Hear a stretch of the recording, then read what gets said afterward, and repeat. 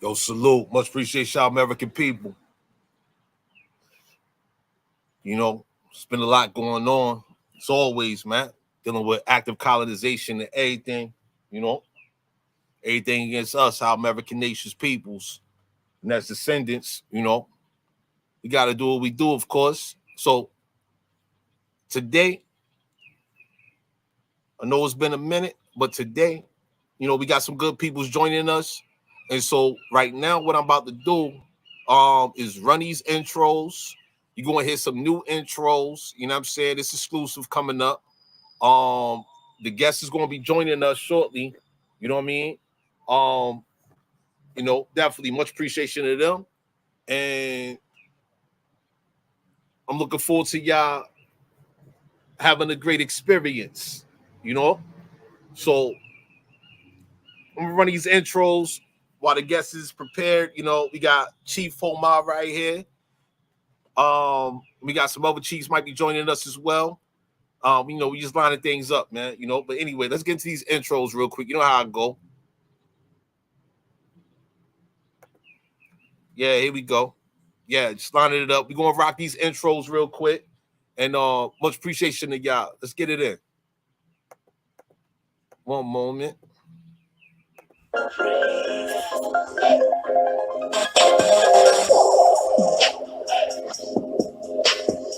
True culture.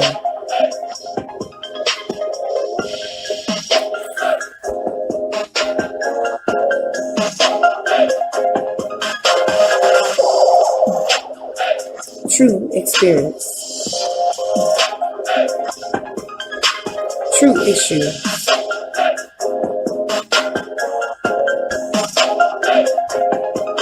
True news. True stories.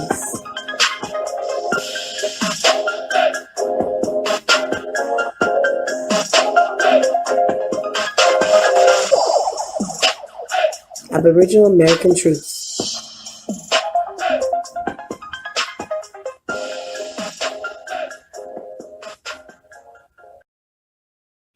To keep you and me in check, keep us under control, keep us passive and peaceful. It's like when you go to the dentist and the man is going to take your tooth. You're going to fight him when he start pulling. So they squirt some stuff in your jaw called Novocaine to make you think they're not doing anything to you. So you sit there and because you got all that Novocaine in your jaw, you suffer peacefully.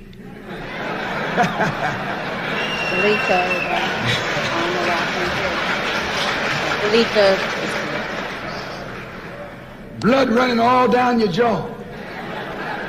And you don't know what's happening. Because someone has taught you to suffer peacefully. Yeah. So hey, y'all check it. Yo, we getting everything ready right now. Everything's ready already. You understand? But yo, check it. Yo, he's getting the intro together. It's the intro we running down right now. All right. So yo, bear with me. We running down the intro. All right. So it's gonna be like a couple minutes real quick. Running back to throwbacks. You understand? Here we go.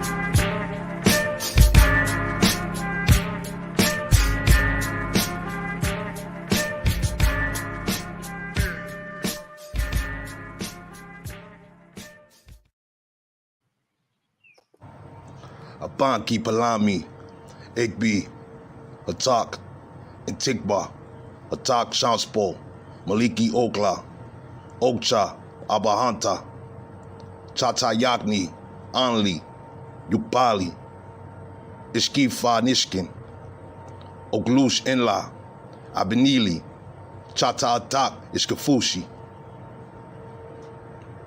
Almighty Creator, ancestors, our American people, awake. This is divine sacred Chata land. Be faithful, be exalted. Foreign nations, colonists. You are in the eye of the tomahawk. Yeah. Yeah, salute. Chief Pomar, how you doing? Chief Pomar, you hear me? All right, I can't hear you. I see your mic's on though. It's all good.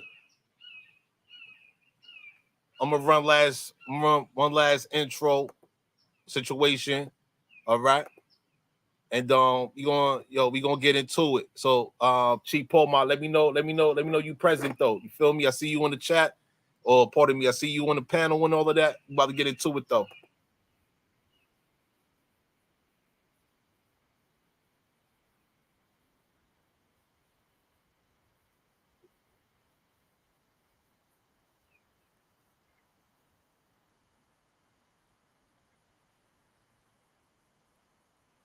Yo, this exclusive right here too, by the way, y'all.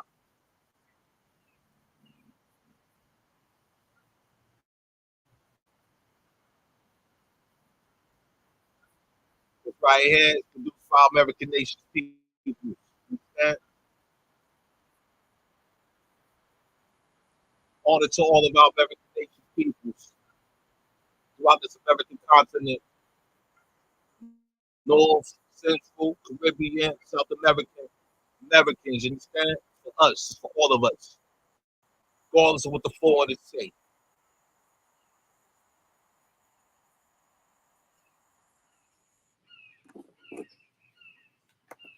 With nature in the background singing along, right? Yo, Chief Pomar, you here? What's good? How you doing?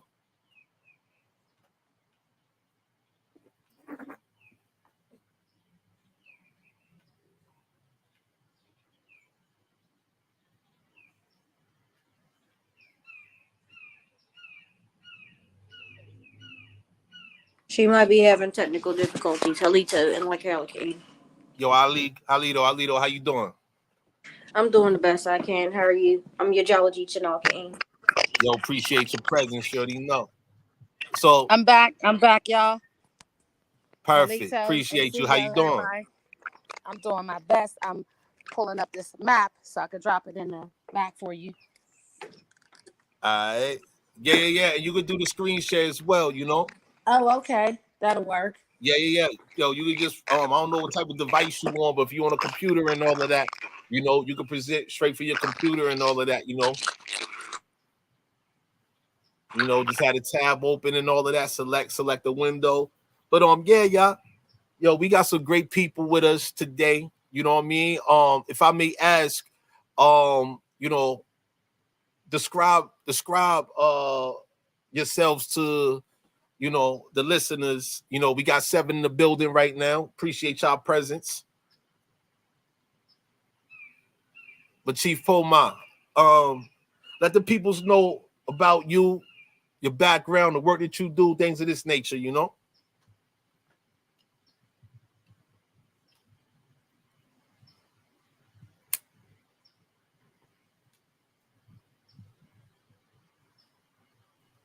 Yeah. Things a little slow-mo right now, technical situations and all of that going on. You know, people's real busy and all of that, but yeah. Now, we're about to get it together real soon, man. I appreciate y'all time and y'all presence, of course. You know, I'm not a podcaster, I'm not a YouTuber, none of that, you know. I just take time to communicate to our American people and all of that. Shit, now, yo, it's about to be up in a hot minute, though. Yo, Chief Pomar, everything good? I can't unmute myself. Nah, Okay. you Yeah, good I right had an now. I hear you right emergency now. You call. good. I had to take. Oh, Okay. okay. Yeah, I just had an emergency call. I had to take it real quick. But you said I Oh, could yeah. screen share, right? Yeah. So I'm You not on the on my phone? Are computer. you I'm on the on my phone or you on the phone. computer? Yeah, no, I'm on my phone. So I Oh, you on might the have to drop phone? it. Yeah. Drop the If you got a link, just put the link in the it say private chat, right? Drop the link right there, and I can pull it up, Mm-hmm. and I can do the screen share. Okay, I'm gonna drop it in the chat right now. Yeah, but definitely, tell the people about yourself. Your background, your experience. You know what I mean? Your investments and all that good stuff, man. Because that's what it's about, man. We got a lot of good people out here doing a lot of great things, and unfortunately, via social media, people be talking about how, I'm doing this and I'm doing that, but meanwhile, nah, they're not really doing it. You know what I mean? They not working with people like you. You feel me? Yeah, we got the screen share running. So this the map. Chief Poma, Empress Poma just shared right here. Library of Congress situation here. Let me zoom out. Just so we can have a map full screen. Hold up. This map is doing super time right now. Hold up. Oh yeah, hold on. Is that somebody else just joined us? Hold up. Let me go back. Okay, yeah, I see you right there. Yeah, Chief Poma Yeah, back. Perfect. yeah, I'm back. Yeah, I don't Okay, know. okay. My reception is not great for whatever reason. I'm trying to sit in a place where I got good reception. So, Man, it's all good, man. Yo, you smooth. all right, So all I right. got this Library of Congress.gov link up right now. But feel free to introduce yourself to the listeners, to the people. You know. Absolutely, absolutely. All right. So I hail from several different uh, American nations. On my mother's side, several different ones, but I'll give you my titles. So my title is Pamai Chakamam Yahalahi. I'm the chief of the Onkwe Onwe Bakab Ko Utsil Uswi Il Nation in our indigenous tongue. My grandmothers hail from the Appalachee, as well as the Choctaw, as well as some Pado and some other nations on my father's lineage will be uh, the Anahuia, so-called Cherokee, and we got some others. So there's a lot in the lineage that I hail from. I'm in the Pittsburgh, Pennsylvania territory, which formerly known as the Delaware territory, which is not what we called it, but we're gonna go with some historical records that denote that this was our land to begin with. Of course, colonizers came and renamed as they do, as Tony has enlightened me, ethno-sided a lot of our places and spaces. Um, so we deal with a lot of the material facts that are held in congressional records and in archives in this particular territory. So I'm also a member. I'm the chief of medicine, land management, and land stewardship within the Iroquois Confederacy of Aboriginal American people. So a lot of our people hail from various different nations, nation states, tribes, if you will, and have made a concerted effort to reclaim what is ours. So we do remedy, and this is what we see: remedy. Uh, that would be reclamation, reclaiming.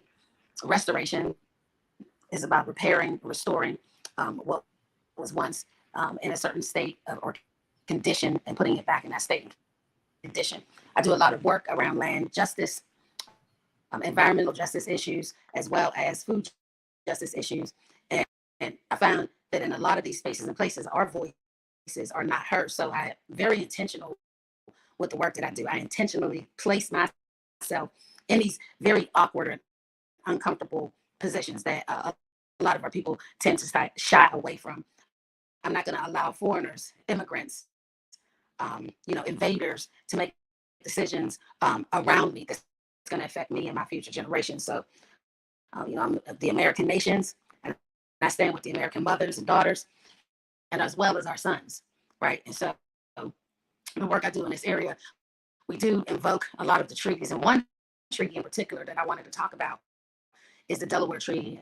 Brother Tomahawk Tell Me is going to go into some detail too, and his perspective on treaties. I will say that treaty language is very specific, and when we look at these treaties, we know that our ancestors were in a compromised position, not knowing all the facts, as Tony says, right? Not knowing and not getting full disclosure. As I say, we didn't get free, prior, informed consent. So a lot of these treaties were made without having all the information, right? So we're going to take treaties with a grain of salt.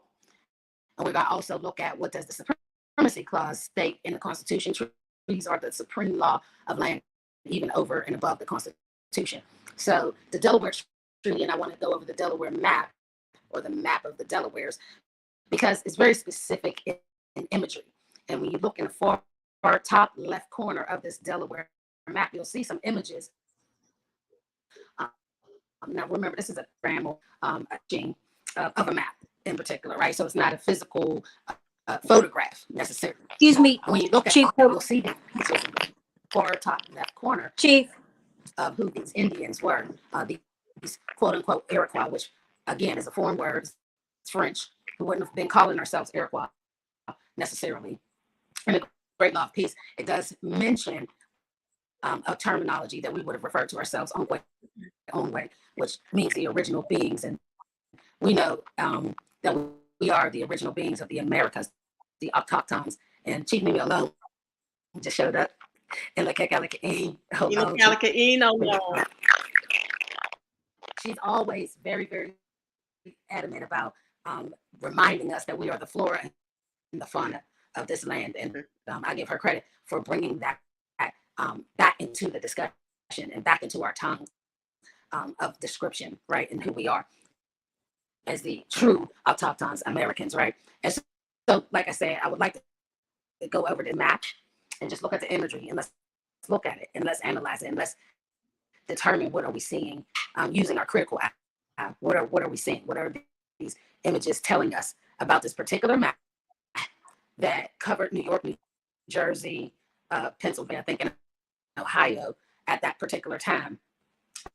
And what is this map telling us if they're saying this map is associated with this treaty? You're supposed to be taking a nap. You're supposed to be taking a nap. Chief Pomad. I don't know, Chief Pomad. I don't know if it's just me, but you're a bit, it sounds grainy. Am I the only one that it's grainy too? No, I attempted to interject, but she was on a positive roll, so it's not just you. Yeah, no. It's not just you. No. We also have Tay Bays in the chat. They're listening in the audience. They also say the audio is distorted, broken up. Okay. So I don't know what we can do to improve that.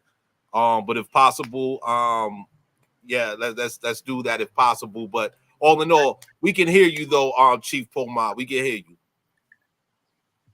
Although it is distorted, we can still hear you. And I'm grateful for your presence, of course.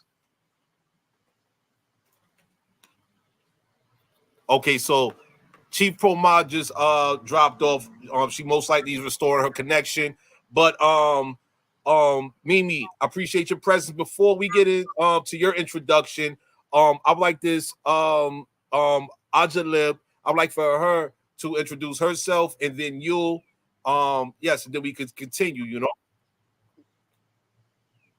Greetings, and like Alakain, that's Proto-Mayan for the light in me, honors the light of you. Thank you, Chief Pomad, Chakamam Yahalahi, for inviting me. Thank you, Tom Hawk Tony, for allowing me to be here. And of course, thank you, Chief Mimi Olom, for being within my life. So my title is, again, Yajalaji Chanalkain. I am an Aboriginal American, so-called Indian, not taxed. That's Article 1, Section 2, Clause 3, excluding Indians not taxed in the Constitution. I am a graphic designer of IPA, Food, Forestry, Arts, and Culture. That's created by East Pomad, Grand Inca Chief East Pomad Chakmam Yahalahi. I stand alongside her, as well as Mimi Olom, and those who honor their oaths of the Constitution. I have a seat within so-called the area of Pittsburgh of the Food Justice Fund, environmental justice. I'm thankful and grateful for Grand Inca Chief East Pomad Chakmam Yahalahi for allowing for me to shadow her and walk alongside her within our aligned walks. I invoke my people's constitutional indigenous rights, Article 1, Section 2, Clause 3, working alongside those, again, who honor their oaths to the Constitution and those who are bound to the Constitution, relevant facts of people's way of life through our story, culture, traditions, and heritage, ancestry of the first inhabitants stewarding our ancestral lands, including within the Americas, including the islands. And yes, I'm just thankful to be here. Anything else? I'll just add on for next introductories. Thank you. I yield. Yo, I appreciate that introduction. Yo, very well spoken, very well stated, very well presented, all of that. Yo, to the audience, definitely take note, pay attention, listen. This is our time. That's the title of this presentation today. We're about to get to some really serious subject matter. Everything is serious for us, okay? I'm not going to be long-winded, but keep in mind, everything is serious for us, and this is our time. Continuing, Chief Mimi Olum, please introduce yourself. Although you're already pre-introduced, of course, you already know.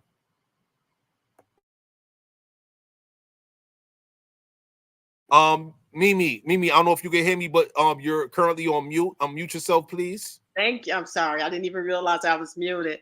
Yeah, I appreciate that too from Chief Ajalajiv. She's an awesome chief, and she just does some wonderful things. Paul Mai does allow her to shadow her. Man, I'm just grateful to be among other womb bearers who are willing to participate in, who are willing to, hold on. Cancel this. Sorry about that. I'm turning my phone off right now. Who are willing to participate in the work that we have been commissioned to do. So let me introduce myself again. I am Grand Anchor Chief Poma, Chief Mimi Olomcom Cabal of the Mississippian Confederacy of Aboriginal American People. And what we do is, as a confederacy, you know, that we other nations join our nation. We're not just one nation of just my family, but other nation states come under that particular confederacy. Me and we work together to rebuild our people, to hopefully take control of our lands again, and we automatically work under Article 1, Section 2, Clause 3, meaning that we know for a fact that it is against the law, because Article 1, Section 2, Clause 3 is a part of the law of the land, and we are the law of the land. It is against the law for an Indian to be a citizen of the United States. Even more so, it's even a fraud the way they have entered us or pushed us into the United States by assimilation. And so, you know, when you say come on and talk about treaties, I think Paul Mai had mentioned to you that one of the things I've been studying is ceded lands. That's against the law. That's by military force. So that's one of the things that our nation really work on, is how to combat the whole idea of ceded lands. I think that's about it. Yo, I'm grateful for everything you just said, for what each of you have said so far. I look forward to the continuation of this dialogue and conversation that we're about to get into today, because as you all already know, everything is serious for us. You know what I mean?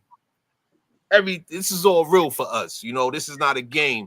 And so, you know, what prompted today's discussion live on YouTube, as we're doing, is Chief Poma and I have been talking just within this week. You know, today's Wednesday, right? The first of the month, wake up, and all of that, right? And so anyway, we was talking today, and the situation is we got some issues with foreigners actively working to usurp and undermine our American nation's peoples. You know what I'm saying? And so, without getting into the intricate details of what's going on, right? What I would like to do within this presentation, or this discussion rather,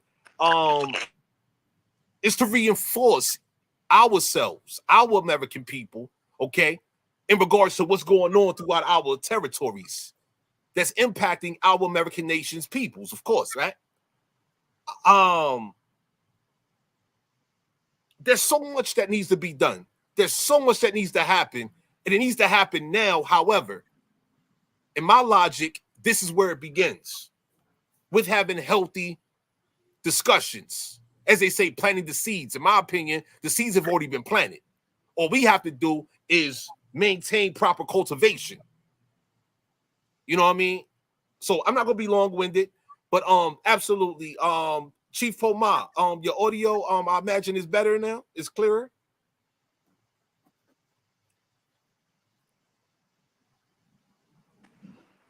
I'm logging on from a different device. I'm logging on from my tablet because my phone is giving feedback. I think I'm the only one that's giving feedback. Now I don't hear feedback. When I heard you talk, there was feedback, and I heard Leave Me Alone, there was feedback. So I'm attempting to device and see if it's better. Right now, I can hear. I don't hear feedback. Do you all hear feedback? Yes, I can hear feedback. Mimi, how's it sound on your side? Yeah, it's still very muffled and grainy the way it was Yeah, before. I'm logging on to a different device, and then I'll be back. Okay. It's all good. You know, in all truth and reality, we could work through that, you know, because at the end of the day, you know, your voice has greater value than the distortion, you know?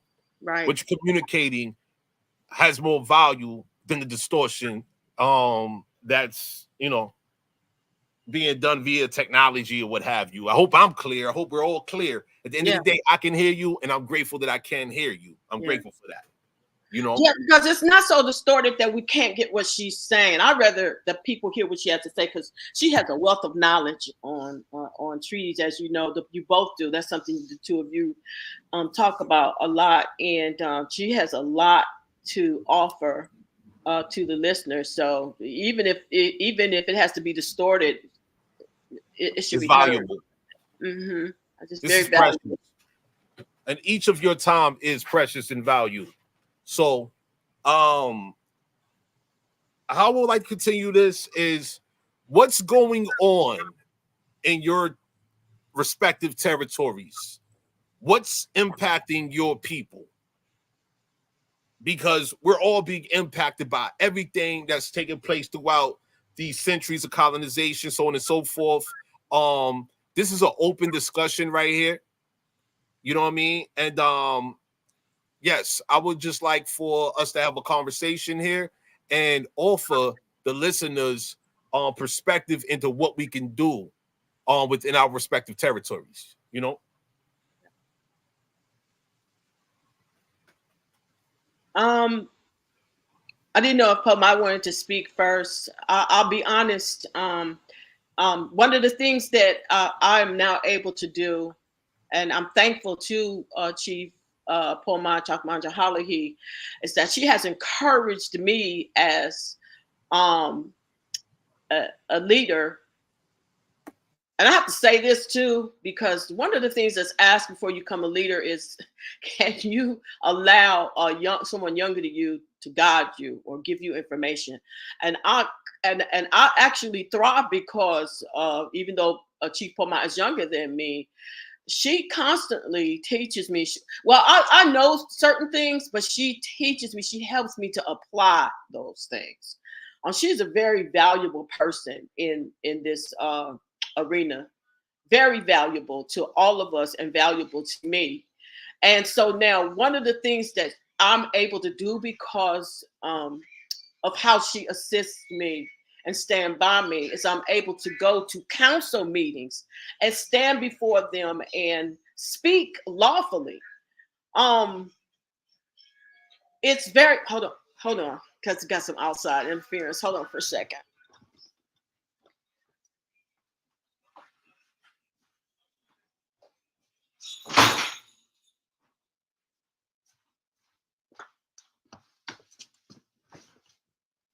I think one of the most valuable things that we are able to do is really have government to government meetings, and really understand that these meetings are important. I mean, the treaties, when we have these meetings, are important.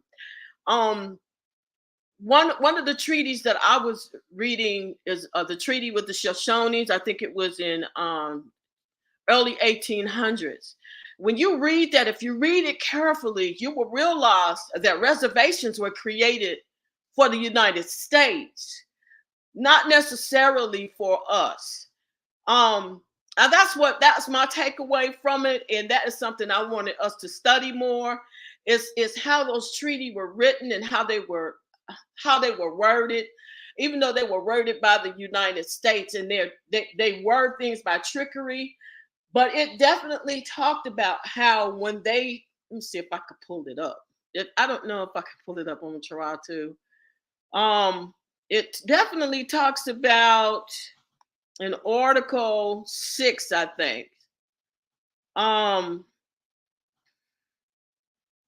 There's Article 6. It says, I'm going to read it to you. It says, the said bands agree that whenever the President of the United States shall deem it expedient for them to abandon the roaming life, which they now lead, and become herdsmen or agriculturalists, he is hereby authorized to make such reservations for their use as he may deem necessary whenever the country above described, and they do also hereby agree to remove their camps to such reservations as he may indicate.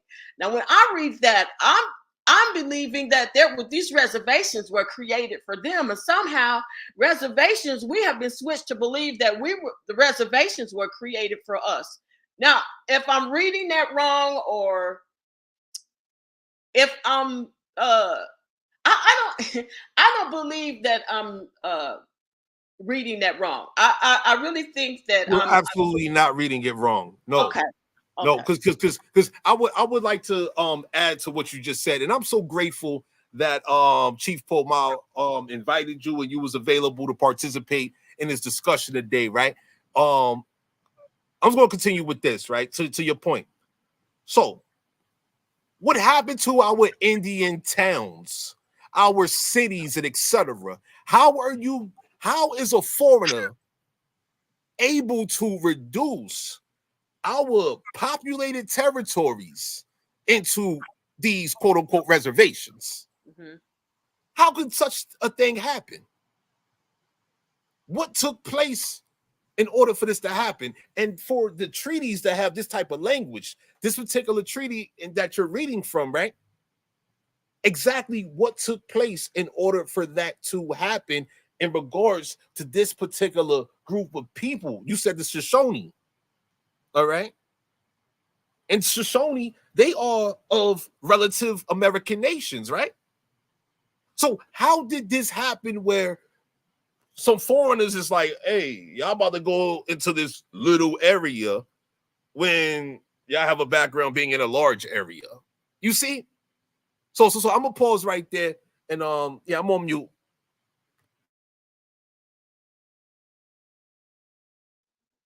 I was waiting because I know that Chief Pomar was about to say something before she left. So yeah, please continue. We yield to you. Yeah, I'm having a difficult time like logging in my other device through the link. Tony, could you send me a fresh link to this email address I'm about to give you? Absolutely, I'll send it. Yeah, if you could put it into the private chat right there, I will send it directly there. I'm gonna send it from the A4GC email address. I'll do it right now because my phone is giving me extreme feedback, and this always happens on StreamYard for whatever reason from my device. Oh yeah, sometimes StreamYard be horrible on phones. Sometimes it really be horrible on phones. I did want to give a shout out to Sister Charles on the radio. She's greeting to all of us. So greetings back to you, Sister Charles.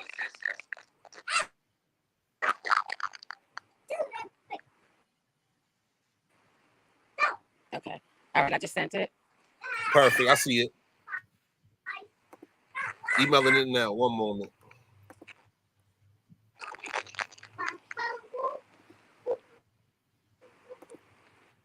You need to take a nap. Now. Lay down. What the world? Hey, if you can you also put your well, I have your email address recorded. I'm bugging. I am bugging right now. No, I'm good. I'm over here doing too much. Give me one moment here. Let me align my task real quick.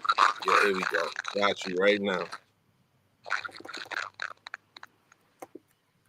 Yeah, the subject is link. It's going to say link coming from A4GC. You'll see it. I just sent it right now. Okay. All right. Star Strike in the building. Star Strike, appreciate you. Thank you everybody in the chat.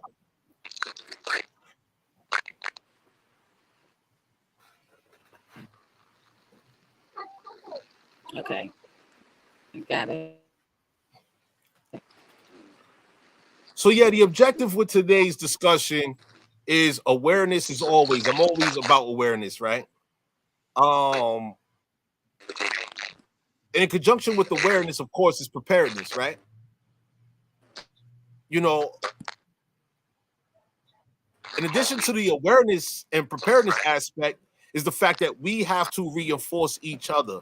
Our American nation's people, same way our ancestors did it, we have to continue doing this. We have to reinforce what is ours. All right. Like bees, for example, right? You're not going to get stung by one bee. You're going to get stung by a bunch of bees. And hopefully you got an EpiPen or something like that if you're allergic. And this is the work that we got to do today. We're being attacked by every species of foreigner. And so, you know, today's conversation, we might get pretty detailed. I don't know how it's going to go as of yet. But, you know, we got plenty of references. We're discussing treaties to set it off. Like, we just got into it. We're 36 minutes in. We started with treaty introductions and all of that. Treaties is an introduction for those that may be unfamiliar or those that need to, you know, get into that study for themselves. But treaties are very important because this is contractual relationships between nations, our American nations and that of the foreign nations, okay? United States being a foreign nation and all other European nations being foreign, etc. So yes, I'll be on mute. Please, y'all continue.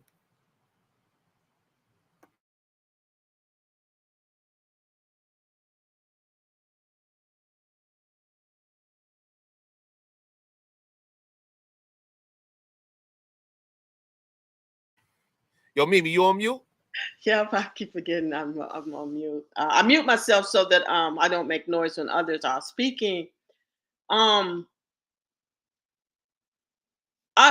basically when I study treaties, I study to see what a valid treaty is and what an invalid treaty is. And I basically when I look at treaties, I look at everything based on the law, knowing that our ancestors are wrote or created or authored the Constitution.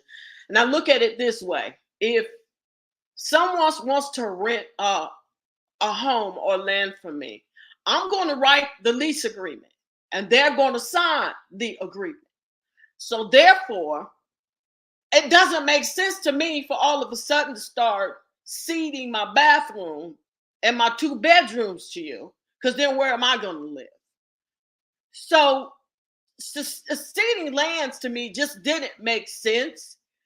So then when I started delving into the law, I realized that we're believing in treaties that are fraudulent and should not be adhered to by us.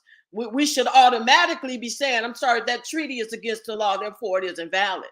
It's the same thing we would say if we, when the courts would say to us, well, I'm sorry, this contract is invalid because it doesn't have all it doesn't have all the components that make it a valid treaty. So, even though I don't know a whole lot about treaties, I'm really looking into the validity of them. So that's why I was hoping that Chief Omai, that her mic would work, because she really delves into the meat of a treaty. Well, I delve in more into whether the treaty is valid. But I know she did want to read the treaty of If you tell me what article you wanted me to read in the Treaty of the Delawares, I will read it, and then you want to comment on it. Come on. Yes, if we could pull it up. I didn't post. I have it up. I have That Treaty makes it- of 1778, America's first Indian treaty. Is that the one you want? Treaty with the Delaware, 1778. Oh, this is going to be good. I'm not going to, on my side, I'm not going to show no pre-United States treaties. I'm just being honest with you. Okay. Because as the Supreme Court decided, all right, it's already been decided within the United States feds, right? They've already decided that all treaties prior to the establishment and formation of the United States, those treaties will be honored. So that's exclusive. I'm not going to do that on here. However, what you all are presenting today, this is very key because this is fundamental for the general listeners and audience and all of that. So I'm with you all. Okay. Yeah. If you tell me what you want me to read, and then you can. And do you want to show it as well? Chief Mimi Olum, feel free to do present. It should be, you see an icon that shows a screen. It says present. Press that icon if you have it on your screen, and I will show it so that everyone can see what we're discussing and reading from. You see? Okay. You let me do that. It says slides. Oh, share screen. Okay. That's right. Okay. Okay. So I'll share. Chrome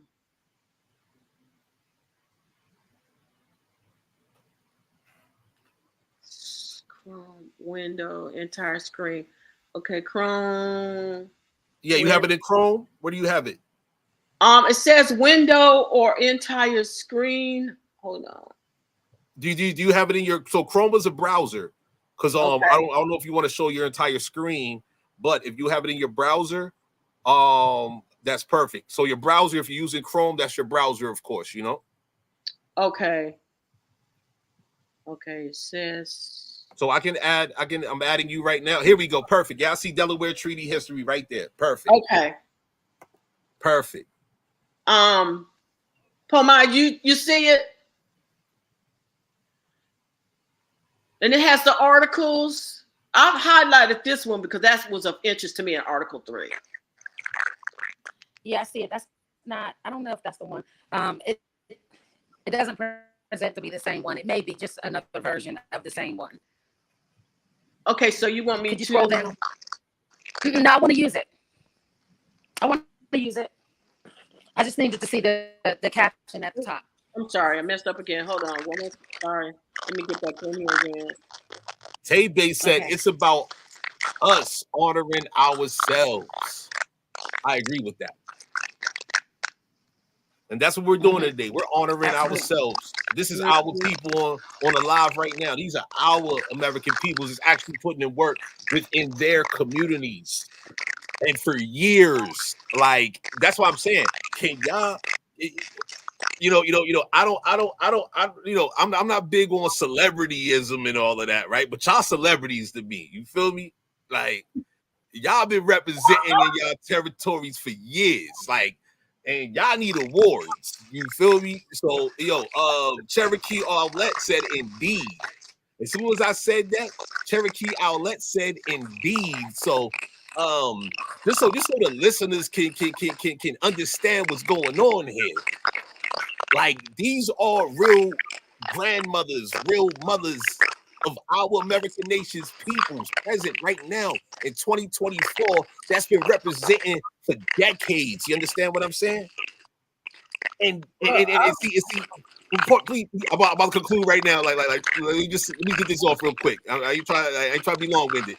Yo, we have a situation where all the work that our elders have been doing, foreigners, I'm talking about literal invaders and new colonists and descendants of past colonists, are working to usurp the work in which they've done for all these decades and generations. You understand? This is a problem. That's what I'm saying. Where this contributes to preparedness. And that's the purpose of what we're discussing today. So I'm going to leave it right there. Mm-hmm.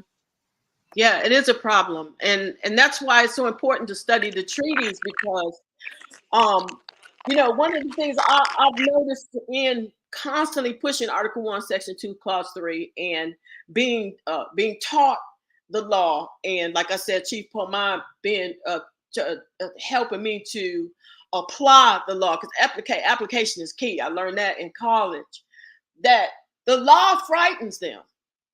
When I started seeing just how much the law frightens them when it talks about treaties, that's when I was like, oh, okay, so they really do know about the law, and they know that they have bamboozled us to believe that. When they say we ceded the land, we have to, hang our head and go, well, okay, well, we ceded the land. No, even if we did cede it, it was ours. The Constitution trumps all other things. And like you said, even in the Constitution, it says all these treaties before the signing of I think 1800 are still valid.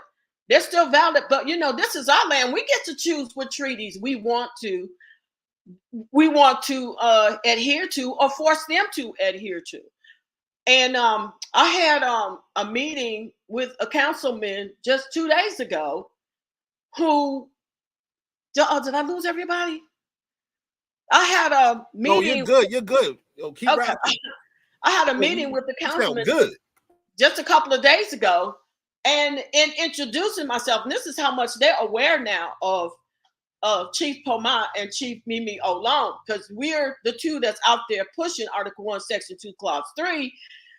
And I never met this man in my life. And when I introduced myself, they were shaking their head. They were friendly.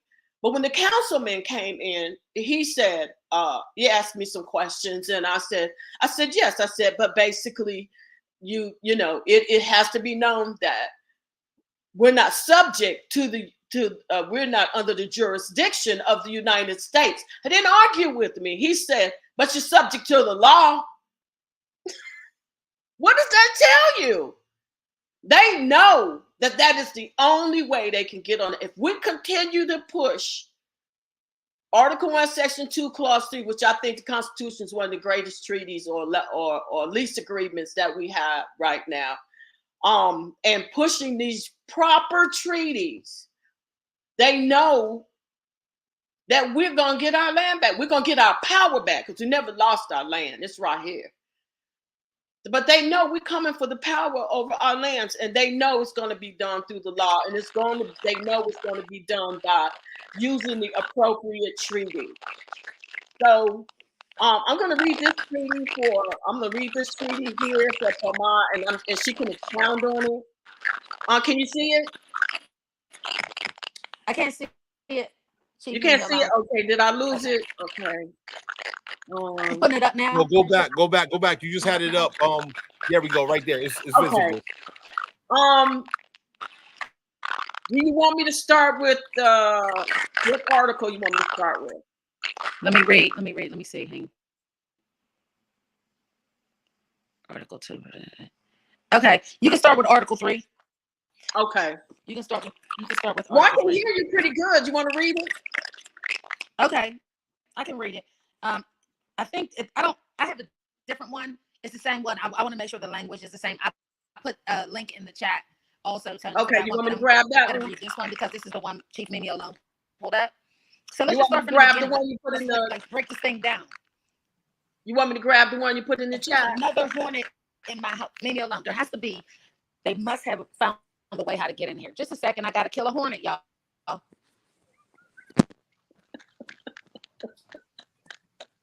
Okay. If you can capture it and not kill it and just release it away from your space, you know what I mean? That's just my logic, but I understand if you gotta kill it. No, I had to because I couldn't get it fast enough to capture it in a cup or something like that. And my grandbaby. Nah, I understand. Upstairs. I definitely understand. Okay, can you see it? They keep coming in here, so I think I must have. There's a way they're getting in. I just have to figure that out so they don't have to keep coming back in here. All right, so I'm prepared to read it. Yeah, that's the one. Okay. Okay. So let me see if I can make make my screen larger. I'm Yeah, trying to. All right. if you can press Control Plus on your computer, press Control Plus to the left of the screen where you see the three lines. Press those three lines. That way it'll be full screen document. Perfect. Yes. Now press Control Plus one more time or a few more times so we can enlarge what we're reading here. Perfect. Thank you so much. Okay. I just want to make sure that the viewers can see everything that we're reviewing today. Okie dokie. So, treaty with the Delaware. I want to frame this though, put it in a historical frame. Around the same time that this Delaware Treaty was signed, right after that, in the same couple year period, there also was the Northwest Ordinance was also signed for this particular territory. We're talking about New York, New Jersey, Pennsylvania, and Ohio, right? And it was signed just around the same time. And the Northwest Ordinance is also important to go over after we look at this, because you're going to see some similar language that's in this treaty and that also transfers or translates back into the Northwest Ordinance. So we're going to start with Article 1. To frame it, these immigrants, these foreigners, these agents and the like, they were fighting against Great Britain. So this is the English people that turned into the United States, right? So they're fighting against Great Britain. They want to get their freedom, whatever the case may be. I really don't care. It's not our fight. So again, our ancestors didn't have full disclosure.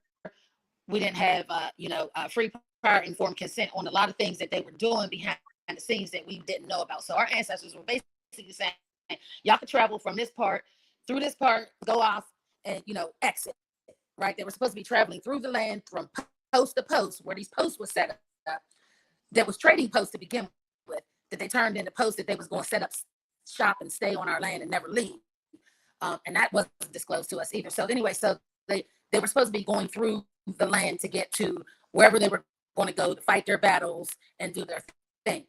So this particular treaty was established so that they could get through the land without us chopping their heads off and killing them. So this first, let's start with that all offenses or acts of hostilities by one or either of the contracting parties against the other be mutually forgiven and buried in the depth of oblivion, never more to be had in remembrance. Now, this particular part or this article of the treaty is saying that we have been fighting them. Our ancestors had already been fighting them, giving it to them.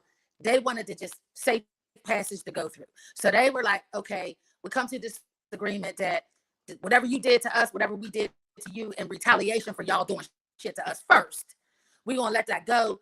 Just travel through the land, but be mindful that you're still a foreigner, you're still an immigrant. You don't own anything here. Mm-hmm. Just keep it moving. This is my interpretation. Now, everybody's going to have their own interpretation. I encourage everybody to read this to get their own understanding, right? And then we can come back and discuss it again and say, okay, this is how I see it. So Article 2, that a perpetual peace and friendship shall be henceforth take place and subsist between the contracting parties aforesaid. Now, these contracting parties we're talking about our ancestors, so-called the Iroquois Confederacy, so-called the Delawares, so-called these things. And I'm going to say so-called because, again, these are foreign names given to our people. And I don't know what the process was that we kind of agreed to some of these things, probably for translation purposes, because they did not speak our tongue, right? They coming in speaking a broken whatever language, German, French, Dutch, whatever, and we have our mother tongue. And so there's some translation issues, some communication issues going on too at this point. I want us to be clear on that. So some Delawares, they called us that. They called us a bunch of different things. So we're saying that we're a part of this contract. So it's our ancestors and it's these Euros. It's these pale Slavic, Asiatica folk, foreigner immigrants, right? All right. So we're saying that through all succeeding generations, moving forward, we don't know how long they're going to be here. You know what I'm saying? They scattered. They're all over our land where we ain't everywhere to see where they all are. So we saying this is, if you're here after we're gone, this still stands. If you're here, if you got people on our land still after we are gone and you're gone, as far as transcending, then this still stands. You don't own anything, and this is what it is for our future generations, right?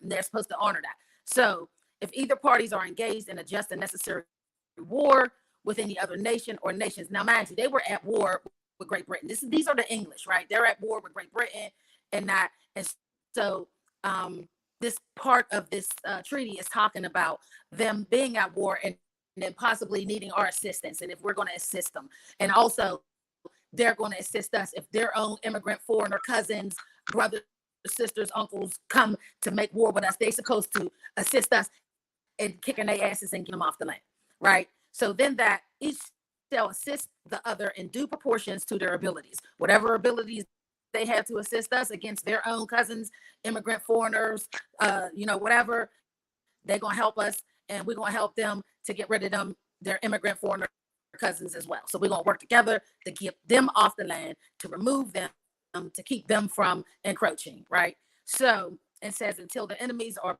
brought to a reasonable terms of accommodation, and that if either of them shall discover any hostile designs forming against the other, they shall give the earliest notice. Meaning, if they are saying they see that some of their cousins is crept up in on the land and everything, they're supposed to warn us and say, hey, look, we got our treaty with y'all, but there's some more of our cousins that came over here that don't have this treaty. So we warning y'all that they're here, they planning some stuff. They're not doing none of that, obviously, but I'm just saying this was kind of the conversation as it was being formed and developed, right? They were supposed to help us when their other cousins came and warn us whatever plots they were coming up against us, right? So, and they were supposed to give us earliest notice, and so forth. So that Thomas measures. So may I ask you a question? I want to ask you a question because I think this applies to something that's going on today. Hold on, sorry about that. I want to ask you a question. So today we see the United States just opening the borders and allowing, Joe Blow, Tomcat, whoever they want to come into our land. I think this right here in Article 2 proves that they're breaching a contract with us. They're breaching this treaty right here. Am I wrong? Right. That's how I see it. That's and the whole Immigration Act that they created is in violation of this treaty. Yeah. They created an Immigration Act that's in contrary to this agreement right here, that they would not, and they would also assist us in not allowing others to come and to make war with us. Right. See, to me, this is why it's so important for these treaties to be read. It's so important that we start reading these treaties to our people so they can see just where we stand and what we're fighting against. And I appreciate that you're reading this. I yield. Go ahead. I just want to put that out there. If I may add to this discussion, this particular element of discussion, right? So let's consider the generations of propaganda, right? Let's just say 1924 to 2024, just 100 years of the border education, right? Desegregation, integration, advancing into DEI and CRT and BIPOC and all of this, right? Whereas for our American youth, within 100 years, okay, our youth are not being, one, informed of their true nationalities as Americans, as American nation's descendants, specifically per territory. So, for example, if you have a school in Oakland, California, right? What American nations are those youth that are indigenous, aboriginal, autochthonous descendants of this land? What is their nationality when they go to school that supersedes this blanket of them being black, right? One. Continuing, when our youth are going to school and they're being tested and graded on subject matters of U.S. history, social studies, world history, etc., which is boring as hell because they're telling our youth lies. We've experienced that in grade school. And to this point here, we're discussing treaties, right? Shouldn't our youth have been introduced to these discussions that we're having right now in grade school? Isn't this fundamental information? Yeah. That's what I want to ask you all, as mothers at that. I would say, yes, this is fundamental American history. American So history. we got to look at what is the curriculum in the compulsory educational system. It is to teach United States history. And I'll say that with a caveat because, yes, American history is its own thing and United States history is immersed in it. So this would classify as both American history and United States history because this contract is directly with the United States, as we'll see when we continue to read and make that connection. It is with those first colonies that were on our lands, those first prison colonies, those Slavic stations where they were positioned at.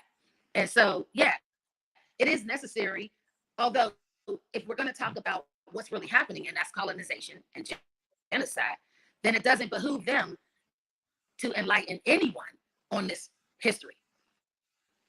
It doesn't benefit them. So we know compulsory education system is not for us anyway. No, that's right. It's important for us to make sure that we are enlightening our youth on this subject matter. So in some respects, though, because we have this government to government relationship that we haven't enforced as much as we need to, because that's what our goal is, to enforce our government to government relationship that we have directly with Congress. And we know that there's the United States, there's the USA, and there's the United States of America, and they're all foreign entities regardless. So they're all entities. And as we enforce that, then we also have to enforce these things in the at the state level. So whatever state institutions that are on our territories, we need to enforce that. So there's the public school system, right? Mm-hmm. And we have the authority to place into their curriculum. Although if we're not there advocating, if we're not there enforcing Article 1, Section 2, Clause 3, and if we're going to put our offspring in their institutions, which I don't encourage anyone to do, although if we find ourselves without other remedy and we have to put them in there, then we go in there intentionally telling them what it is that's going to be in the curriculum for our offspring. And then a lot of people, that takes work. That takes work on our part. Okay. So I'm not one to if I may, I am one to look for solutions, and I will be a part of the solution, as opposed to just complaining about the issue. Although it's really important to bring the issue to light.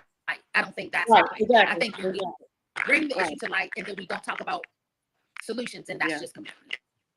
Chief Omar, if I may ask, right, in your years of service to your territory and community, right, to your people, your population, all right, if I may ask, what have you experienced? If possible, I would like to hear both the positives as well as the negatives. I don't even want to say negative. I want to say the resistance. I want to say the growth on one end or the progress on one end. All right, and then the resistance on the other. Okay. If you can share your progress and share the resistance in which you're still invested in progressing through and beyond, if I may say. Okay, if I heard you, if I understood you correctly, what I can say is in the work that I've chosen to work in, because there's so many things that we need to address. I mean, colonization is everything on our land. Everything that is happening right now that we're not in control of is colonization. And I have this discussion with people all the time when I say I'm speaking against colonization. I'm speaking about decolonizing our lands, our resources, and our people's minds. Mimi alone is I would say an expert in that discussion, that subject matter, the decolonization of our minds from the social engineering, right? So I'll let her, she will speak on that in her leisure, in her time. So the work that I have chosen to do, again, is in environmental justice. It's in, food justice with regards to our land. and land justice, right? Right. And in those areas or those arenas where I've found that our people are working in those spaces and places, and even the people who are identified as Black and African American, most of the pushback that I get, and this is and it's just real, is from people who identify as Black and African American. And I think that is for a very valid reason. I don't get as much pushback from the Slavs, the so-called, white people, per se. And the reason I know in my heart that I feel that happens is because they know they're immigrants. They know that they're foreigners. They know that their ancestors stole their way over here. They know their history. Even if they don't know it, they sense it inside themselves. They know that they are not indigenous to this land and they are not natural here. Whereas Black people who identify as Black and African American, their ideology is that they were brought here as slaves. They came on slave ships, defecating and vomiting and menstruating all over the floor that they're laying on, which is ridiculous. But this is the theory that they have. This is their ideology. So I think a lot of times they look at me and they're like, you should be calling yourself Black. You should be identifying as African American. You're messing up what we're doing. You're in our way. You're slowing down our reparations. Or like one Black identifying, very, very light-skinned woman said to me is, we're setting Black people back. That was told to me by a Black person. That I'm setting Black people back. Right? So whoa. If I can I ask a question here, please? Because this is infuriating to me because I've seen these type of people throughout my travels, and I've worked with numerous professionals, and this is why I'm Tomahawk, right? Because I don't appreciate people that have influence, right? That have resources to contribute and impact the community in a positive way, be actively engaged in exploiting and taking away from the community, the constituents, quote unquote, in which they, as public officials or representatives, have positioned themselves to serve, quote unquote, right? I don't like these type of people. And this is why I don't like these type of people. Everything you just said there, where they're saying you're taking away, you're diminishing, you're resisting. No. Let's deal with the fact of the matter here. By you calling yourself Black, one, you just called yourself an immigrant. Mm-hmm. Okay? You just identified yourself as a colonist. And because we have a similar complexion, skin folk, if you will, you're not behaving like kinfolk. And because I'm not behaving according to your standards of skin folk, and because you choose to be ignorant as a foreign colonist, right? Whether you know it or not, all right? You're telling me that you're cool with the abuses. And you're cool with this imaginary and delusional reparation scheme that will not do anything for the population if it was to happen. Please pardon. I'm just saying what I'm saying. But please continue. That's a fact, though. That's a fact, Tommy, because that's what they do. They are so afraid. And I've seen that too. Just to piggyback on what she's saying, they're so afraid of coming, of losing their chicken in a pot and their gas in the car, and they don't even realize that there's this. That's going to end. The chicken in the pot, all that's going to end. And what are the children going to have after that? If they don't stand up and realize that they've got to do more than what they're doing right now. Listen, and I learned this. Pomar said the same thing, and I learned this when I was in a meeting with the mayor, and I stood up and I asked everybody who was in there. Well, I wasn't was not in a meeting with the mayor, but the mayor was having a meeting, and there were tons of so-called African Americans in there. And when I got up and spoke, I asked the question, how many of you can say that somebody in your family is Indian? Your uncle, your grandma, every hand went up. Every hand went up. But the moment I started talking Article 1, Section 2, Clause 3, did you know it's against the law for you to be a citizen of the United States? Did you know that this is your land? And it's something that this councilman spoke on at this table.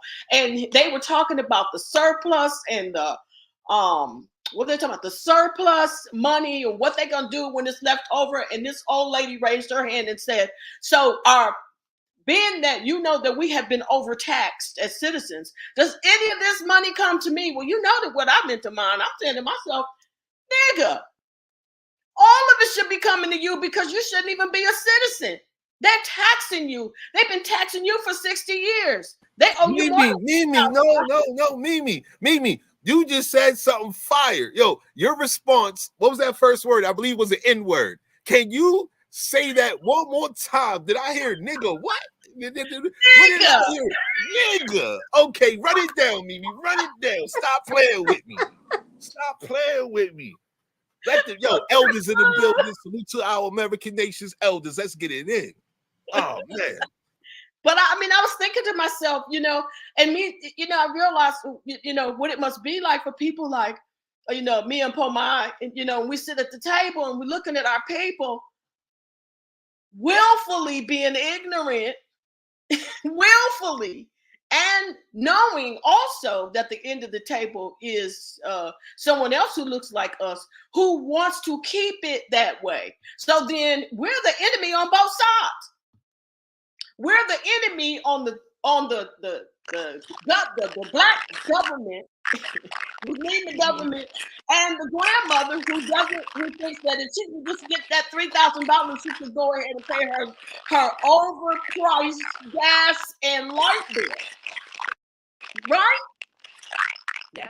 That's hard work. So when people, try to vilify me and say things to me, I look at where I stand and go, y'all standing up to do that. Sure, you'll donate some money to this or that, but are y'all standing up in the middle? Are you looking at the beast and telling him, I'm gonna pull your tooth? You just hold on, I'm gonna pull the first tooth and then we'll pull the second tooth. Ain't nobody out here pulling teeth.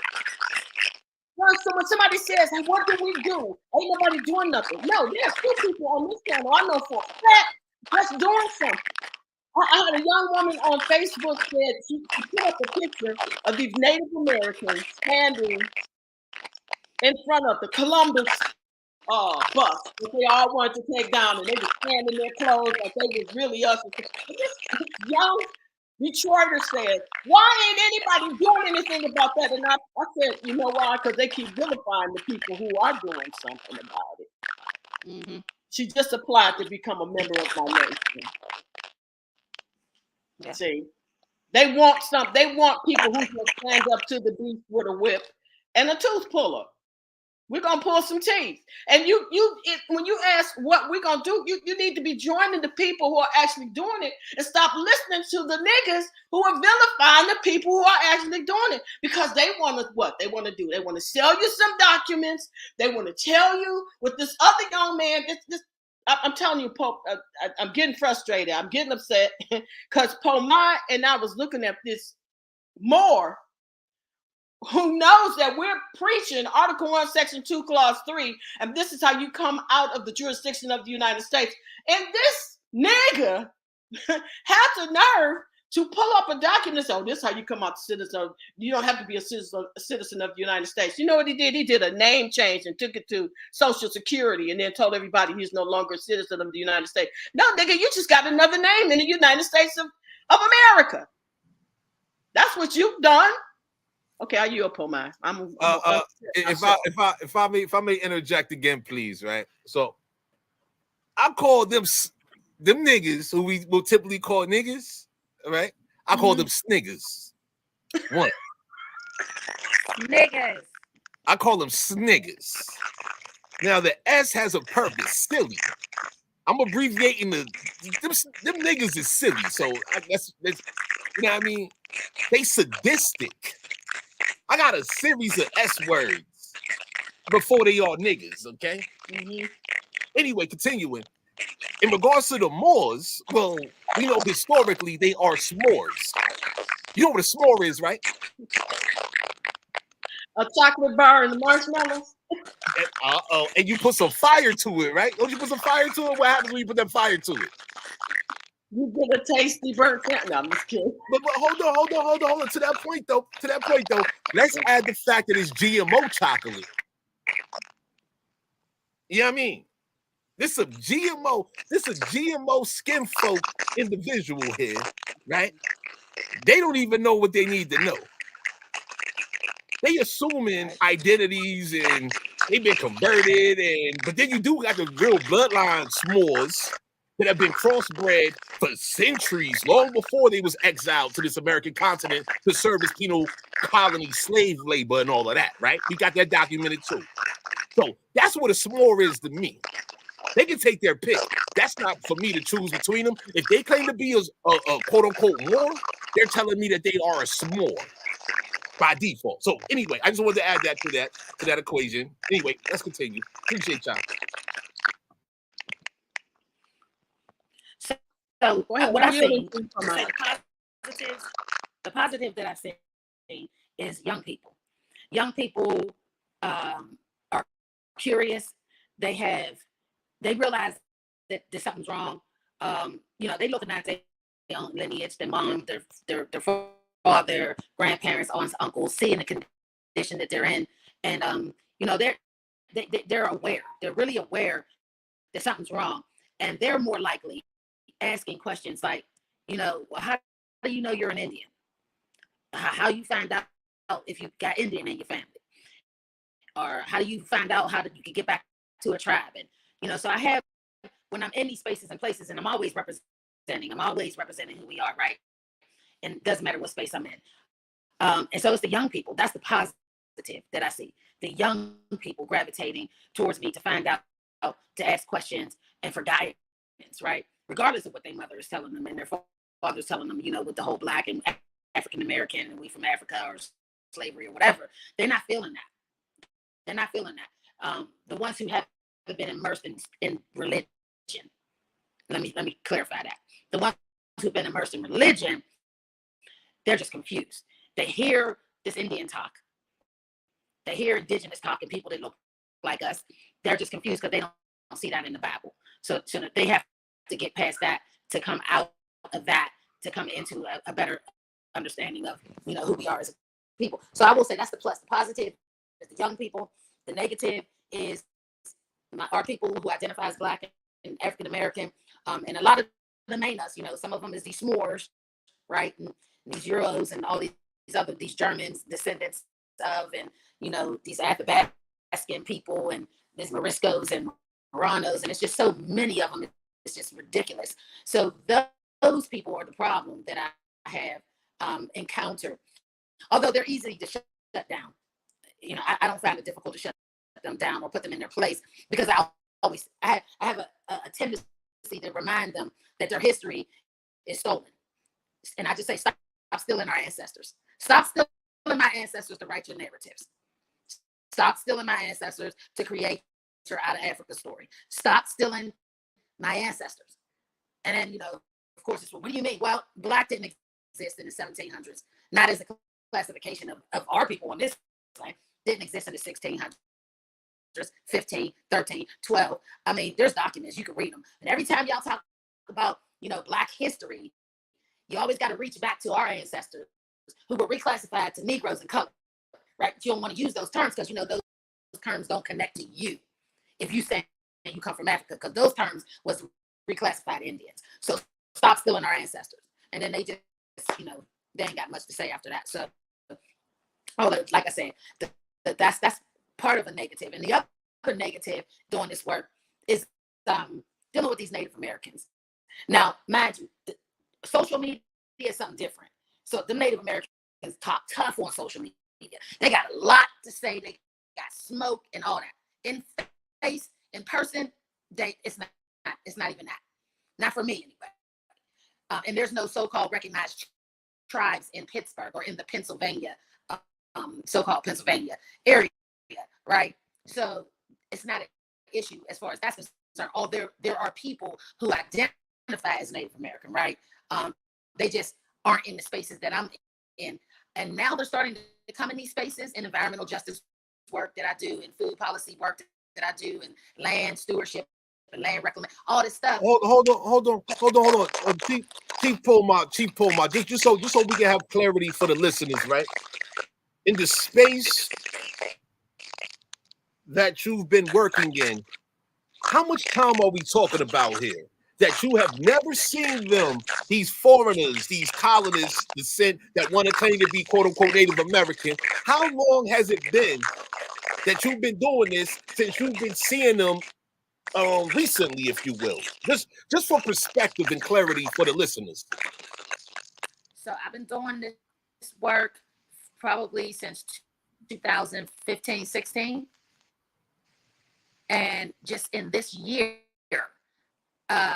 there's a so-called Native American who has entered into the scene and causing confusion, because these people are wanting to understand what is the difference between an American Indian who identifies as an Aborigine and a Native American who sometimes calls themselves First Americans, which is an oxymoron anyway. And so, yeah, so just within this last year, but although I've been doing this work since about, like I said, 2015, 2016, yeah, and they haven't been around. Okay. I have a story to share, and one day I hope to get this sister onto a live with us. So she's from the Kalinago people, right? She, I don't know when she moved to Pittsburgh. I've known her, and her daughter's a singer and a dancer and a DJ and all this other great stuff. And her mother's a singer. She produced her daughter. Anyway, she told me that she had gone to an event down at the Three Rivers and at the Point. So in Pittsburgh, it's a historic landmark down there. It's called the Three Rivers, right? It's the Point. It's called the Point. It's where the three rivers meet. So the Allegheny, Monongahela, and the Susquehanna rivers, right?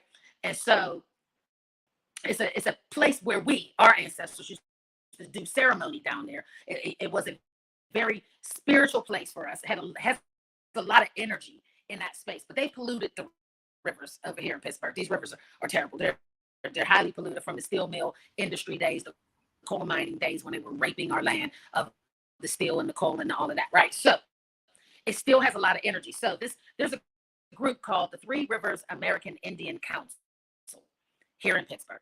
Now, this council was established back in the 1970s, late 70s, right? By some American Indians identifying people, and they always include Native Americans. So they have a powwow every year outside of Pittsburgh, about 40 minutes away from Pittsburgh, from the city, the inner city. And they have all these Native Americans that come from all over down the Midwest. They come up here. It's like 3-4 days worth of powwow. They come up, bring their wares, sell them and stuff like that. It's like circus Indians, right? So it's like a circus. It's a circus to me. So anyway, these people have never fought for the water. They have never been in any of these environmental justice initiatives talking about cleaning up these rivers, holding people accountable, holding the U.S. Steel Company has been around for 150 years, right? They made billions of dollars off of our steel in this region, right, in this area. So these people have been the biggest polluters, though, right? Steel companies, gas companies, coal mining companies, right? Frackers, they're fracking in our land, which is, I could get on a tangent on that. Anyway, my point, there was a woman, she's a American Indian from the South American part of our lands, right? She was an elder. I think she's passed now. This elder would carry this totem. The totem was housed in Canada initially, but it came from South America. This is a Mayan totem, right? Like a totem pole. And they would travel this totem pole whenever they would go to different parts of the Americas where they're having issues with our water being poisoned. So this matriarch, this elder clan mother chief came to Pittsburgh so that she could bring the totem. And they brought the totem, and the totem was supposed to sit in the point. If you Google the point, Pittsburgh, Pennsylvania, the point, you'll see what I mean. It's a triangle. It's made like a point. It's a fountain there. It's grass. The river's right there. She was coming to put the point, to leave it there for a week. I think it was supposed to stay for a month, whatever the time period. So this Kalanaga sister, she went down there because she's like, hey, I want to go down there and see this woman and see the totem. You know, it's our culture. It's ours. Now, this Three Rivers American Indian Council sponsored this thing. So these fake Native Americans came from Canada. They came from Alaska. They came from a lot of places to come and view this totem. It's supposed to be very spiritual, very sacred for us, right? To view this totem, right? I mean, this totem. Well, when they got there, the sister that I said is Kalanaga, when she got there with her daughter, her son, her other son, another sister that hangs with them, and her husband, it was all these pale people calling themselves Native Americans, imagine, right? They looking at them, gritting on them, looking them up and down, because you know they in regalia. They got feathers, they got on colorful garb, because you know the Caribbean people love the colors. They got colorful, and they just looking like us, right? So the Native Americans is gritting on them and making them feel uncomfortable. So the elder comes. She pulls up in the automobile. She's like 100 years old, like 99, whatever. So she walks very slowly. She gets out of the truck, and the totem, the one guy, it took like 4 people to carry the totem to where they were going to position it at, right? So they was getting the totem off of the truck. She comes and she sees all these pale people calling themselves Native Americans. She got pissed. She said, this is an insult. You are not the people. You are not the people of this land. She's screaming at him, right? So the Kalanaga sister, she's confused. Like, she's standing off to the side like, oh, damn. Like, this is not what she expected, right? She's expecting a great ceremony or whatever. She says, and she looks at them. She says, this is your mother. She birthed all of us. This is the original. She's standing there like she ain't had nothing to do with this. She just happened to be in the right place at the right time. So as this elder is saying, she's the original, they look at her like with anger and attitude, right? She said, how dare you look at her that way? She's the original. You are all the imposters. You are not the people. And she said, come, let's go. And took the totem. She took the totem, and that never sat down there in Pittsburgh, Pennsylvania at the point. She said, you have not protected these waters. Look at the river. It's filthy. It's filthy. You are killing our waters. You are not the people. She went off. So this sister was telling, and there was witnesses too. I didn't happen to be there. Sister's telling me this story. I'm like, oh my goodness. So then I went to do some research, and I found that they do have this. It's a oh, the other thing she said, I'm gonna yield after this. She pointed to the images of the totem. She said, you see that image at the very top? Now it's the image of, stop being loud. I'm being loud. I'm gonna lower my voice so you can lower your voice. Okay. The image looked like us. Had a broad nose, full beautiful lips. No, it's good for my. That's the top of the photo. Speak louder. As the faces go down, they change a little bit, right? So that first totem at the image at the top is an image of us, right? It had some locks. You know, it's got, like I said,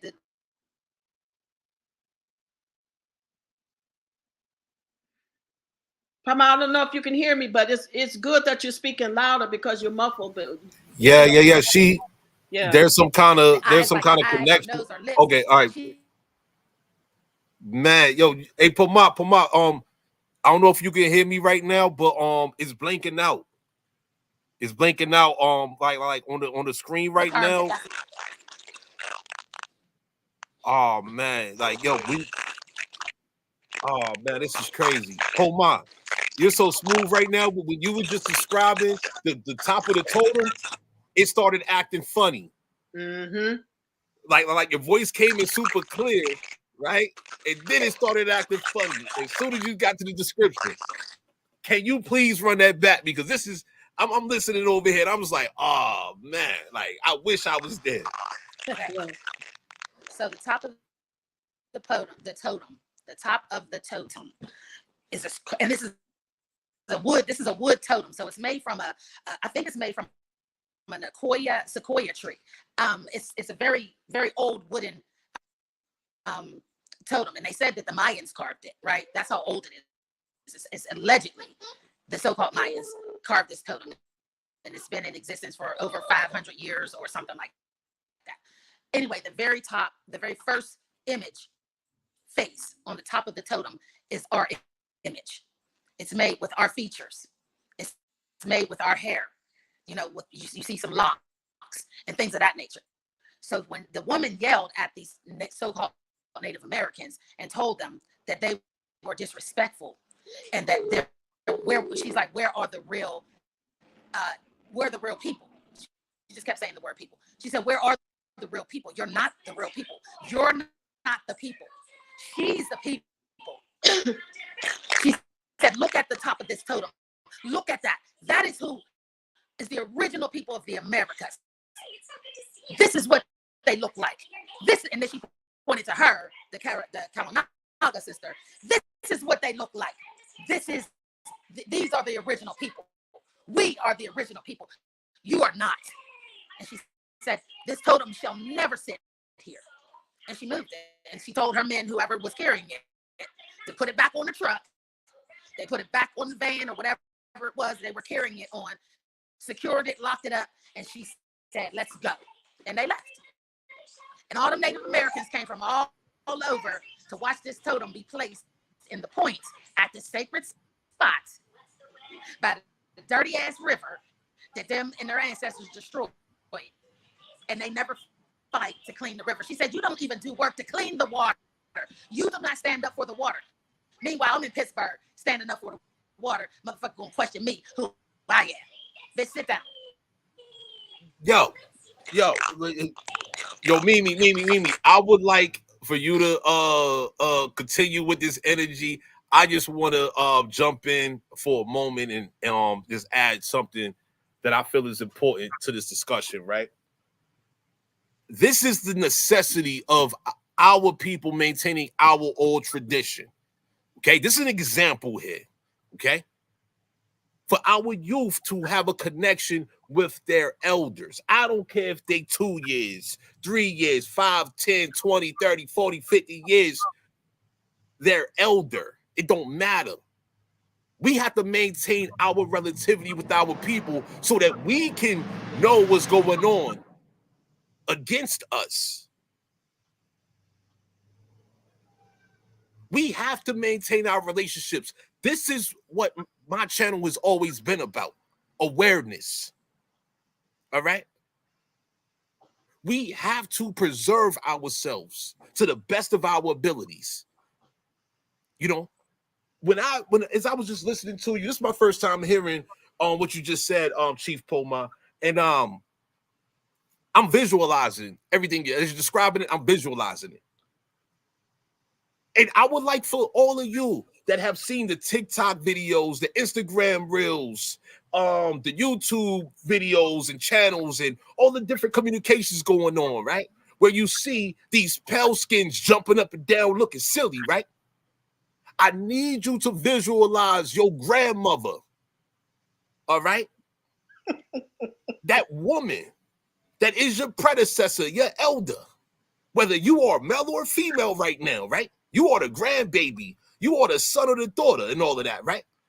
I need you to visualize your grandmother being where Poma just described on ancestral land, coming through with an artifact. This is a relic, okay? This is an antique. This is a time immemorial, priceless piece of heritage, customs, traditions, culture, and etc., right? And your elder has that, right? And your elder is saying that, nah, these foreigners is not us. They don't do the work that we do. They're not fighting for what we're fighting for. They don't struggle the way we struggle because they are not us. I need y'all to really understand what was just communicated here by Chief Poma. I really need y'all to do that. Visualize what Chief Poma just said for yourselves. Embrace it for yourself. What the truth is to you. Because the foreigners is going to lie to you. Yeah, they're going to present themselves, dress up as role players, because that's all they are, is role players, identity thieves. They're descendants of criminals. These are descendants of cowards. These are cowards that abandoned their countries of origin and became quote-unquote native. We're about to get into some definitions in a moment. I need y'all to see something, what me and Chief Pomar was speaking about some hours ago today, right? Let's run it down.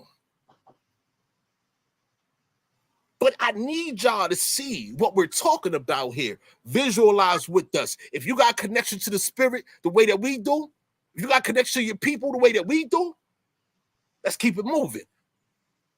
Chief Mimi Olum, please continue. Well, I mean, I know exactly what she's talking about because, you know, when we went to New Orleans, we had to face the so-called Native American who physically came against us. Physically. Okay. Physically. I mean, and we have the video of it. She said we weren't Indian, and she was angry because we had the audacity to go up to them and say we're Indians, not taxed, and they didn't tax us. So she had a problem with it, and she turned the entire store against us. So we know we can speak on, they're not interested in doing the right thing. In fact, we got a petition right now that's getting ready to come up. It ain't up yet, but they're now petitioning to get rid of the word Indian. They said it's derogatory.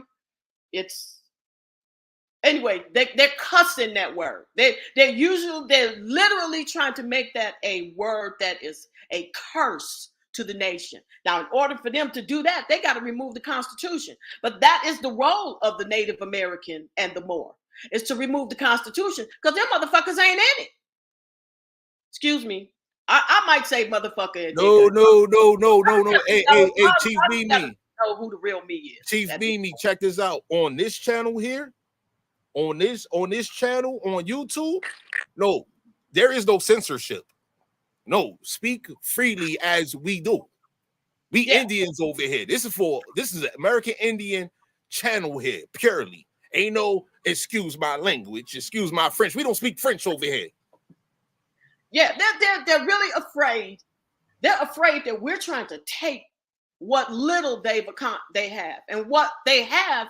They you know, people say, you know, Black people or African Americans always got their hand out. Now Native Americans keep their hand out for bullshit that don't belong to them.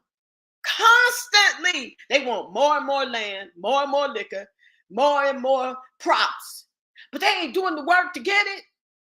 They're not. And I can tell you that because another thing, here's an incident that happened to me when I started using Article 1, Section 2, Clause 3, because I live in Georgia, and I was in a senior apartment in Georgia. And this Benny Mac, oh, you can. This you know, I started feeling the chemical. It's a brand new building. I'm one of the first people who moved in there, started getting sick from the building. This is the third government building I've been in where I started getting sick in the building. So I decided I'm going to do some investigation. And when I started to do some investigation, these people came against me like I was the plague.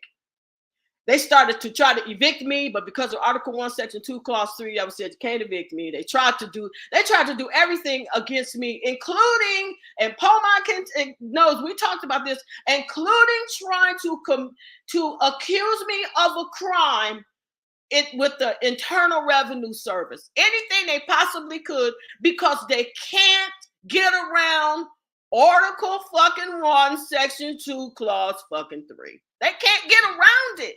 And if our people would just understand that they can't get around that, because this is exactly why they want to get rid of it, because they can't get around us. They can't get around us with that, because we're the only ones in the Constitution. Indian is in the Constitution, not Native American, not S'more, not Rabbi fucking Shmuley. None of them are in the Constitution. So when I speak to them, I speak to them like the law. And I started to find out all of these buildings are poison. Every last freaking one of them is poison. The water that comes through the pipes in these new homes, especially in our community, the water is, they literally have a system where the water, they're filtering poop water to us. It's literally no more than bleached. Let me tell you what happened in this in another one. This is really important. I kept getting sick in this one in Detroit. Whoa, Mimi, Chief Mimi, hold on. Okay. Because I really need people to process what you just communicated there, what you just expressed in all truth and reality, right? You said as an elder, right? You were in numerous new buildings, new construction, newly constructed buildings. And what was that? In Georgia, correct, right? One was in Detroit, one was in Georgia. The one in Georgia wasn't even I was one of the first first people to move in it. That's how new it was. The one in Detroit was only 3 years old. Okay, that's new. That's new, right? So these are new buildings, and you just said that they are separating the water for these particular sites, residential sites, these community residential sites, okay? They're getting a certain quality of water, a specific quality of water, and you just said you did the research and you verified and confirmed this based on your research, right? Based on research, and I took it to the management. Because I told them, I said, because they kept saying, well, why don't you drink the water? You can filter the water because I buy water. After that, I didn't drink any water from there. And they said, well, you don't have to buy water. So I took it to the manager, what I found. And that is why they started trying to get rid of me. Because after that, I started finding out other things. And after that, I started finding out other things. Then I found out, well, wait a minute, this building ain't even sturdy. And then I started finding out, wait a minute, this is fucking plywood. This gonna fall. And this gonna, told them, it's like, well, we need to get rid of her. I went to the Atlanta Housing Authority thinking that they was going to help me. And this is what I found out. They said, well, first they said, well, if you want to make a complaint, if we can help you, try to make some resolution between them and the apartment building that you live in. I said, okay, well, I would appreciate that. I said, because, I try to explain to them under Article 1, Section 2, Clause 3 and blah, blah, blah. And then she said, well, wait a minute. Are you Native American? I said, no. She said, are you a Moor? I said, no. I said, I'm an Indian. I'm an Indian in the Constitution, so and so and so. The entire conversation changed. The next time I heard them, she was telling me, well, we're in contract with them and, we're leasing to land to them. Next thing I know, a lawyer was on there whispering to her. I said, did this bitch realize she just told me she leasing my land out to the people that's poisoning me? I want you to think about that for a minute, because I thought about that when I heard it. And I wrote her a long letter letting her know, in short, did you just tell me you leasing out the land to the motherfuckers that's poisoning me? Hey, Mom. Hey, yo. See. To everyone that remembers A4 Pure, right? The purpose of A4 Pure, just as a reminder and a reiteration right now, right? The purpose of that was so that we have our own space, uncensored, to communicate amongst ourselves about our interest, our needs, our requirements, our standards, and for us to have reinforcements. We can have quality information. That was the purpose, right? Now, as I'm listening to this right now, right, I'm thinking to myself, right, because I work with people across the country for years now. I've been doing this, right? This was on my mind right now. Listening to this is an elder here. I'm not familiar with, the residential communities for elders. I'm not too familiar with all of that. However, we know that these communities exist and they are present. We're hearing literally from an elder that has been in two separate, distinct senior communities, if you will, right? These are elder communities. They're paying for it, right?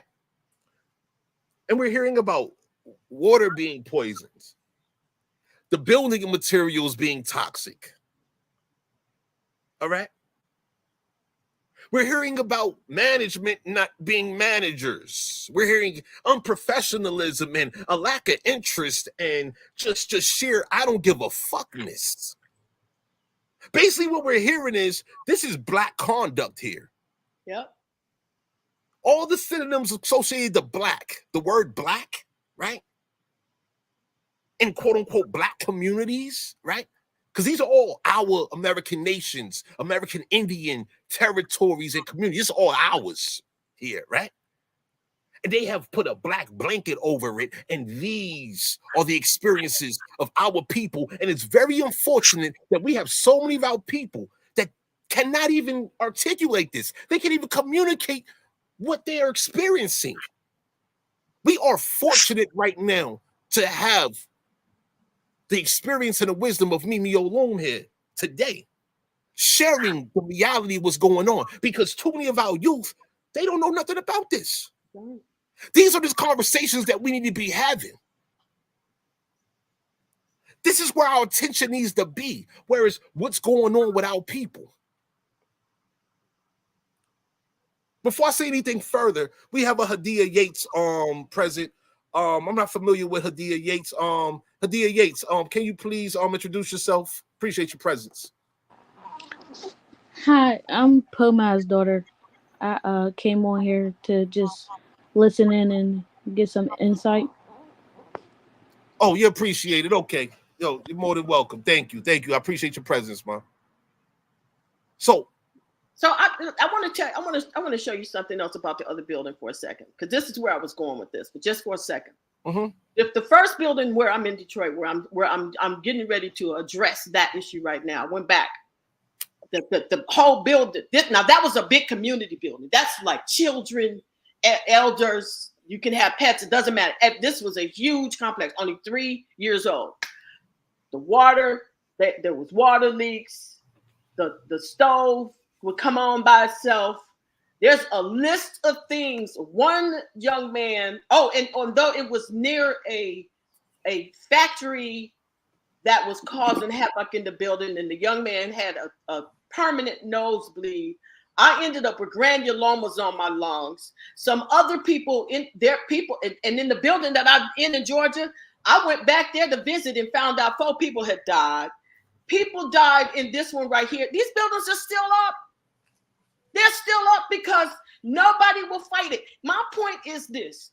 The built environment, look that up. Please look that up and start studying the built environment. I've been studying it for a while. The built environment is an environment made by humans. Well, first of all, we ain't human. not Aborigine folk. We're not human. So they are the ones who setting up all the places for us to live. Native Americans are not fighting that, because Native Americans fight is casinos and land. Here's the other thing. These buildings are killing the Slavs and the Indians. Native Americans are not going to fight for it. Here's why the Constitution is important for us to push, because our folk wrote it. And in there, they wrote protections for us. Yeah. And they wrote protections for the Slav. You know, I want Chief Poma to tell you about the Slavs she met. She met when I told her, I said, Poma, I said, we rescued them. We rescued them. That's why there was a 13 colony. We were rescuing them from what they call slavery now, from indentured servitude, where these people were being forced into labor, constantly out in the sun, couldn't take it, and we rescued them to pay off their debt to Europe. But anyway, before I digress, let me tell you this is important. So I went back to revisit this issue, right? And in revisiting this issue, I listened to an audio of them describing, trying to find out why I kept smelling gas in that building, why I kept smelling rotten eggs in that building. It was just a host of things that I kept smelling: sulfur, lead, all kinds of things. So they wanted to evict me. I said, well, you're going to give me one more guy that's unbiased to come and look into this furnace. So he brought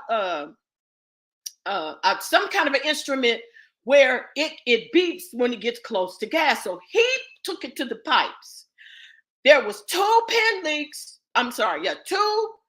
returnable pin leaks, and he explained with those words. He said, those are returnable leaks. That means they don't stop, but they're small, but they don't stop. And he found two non-returnable leaks. He said, well, stop right now. I can tell you what's going on in this apartment. Somebody had put a gap in the wall, in the furnace room from outside. He said, there's your problem. The air is pushing the gas up to her bedroom and everything outside. And the guy who owned it said, so she's getting everything from outside? And I swear, this is the word the man used. He said, she's getting all the products of combustion. Let me read to you what the fuck that is. Carbon dioxide, carbon monoxide, sulfur dioxide, nitrogen oxide, lead, particulate matter. And when I was in the hospital sick from this shit, they gave me a fucking eviction notice. You think a Native American gonna fight for that shit? No, they will not. That is your job to come with us and fight. That's your job. We're fighting this. You got two women standing up to the beach saying, we're going to take your ass down. Someday, our people is going to show up. That's how I feel. That's how I feel when I get attacked by children of these European children who attack me, and the Moors who attack me, because I'm trying to get my people to see your ancestors left you a way out, and nobody can take it but you. Nobody. I'm getting upset again. I yield. Go ahead. You have all right to be upset. I'm upset with you. I'm not trying to spaz on live right now. You know, I'm down here in Georgia, and I just spoke to a young man earlier today, right? Now, I see what I see, leaving the store today, right? I was riding with the peoples, and I was telling them there is absolutely no reason for our American people to be suffering with all the resources present here. I'm telling him, I gotta do more. That's my logic immediately.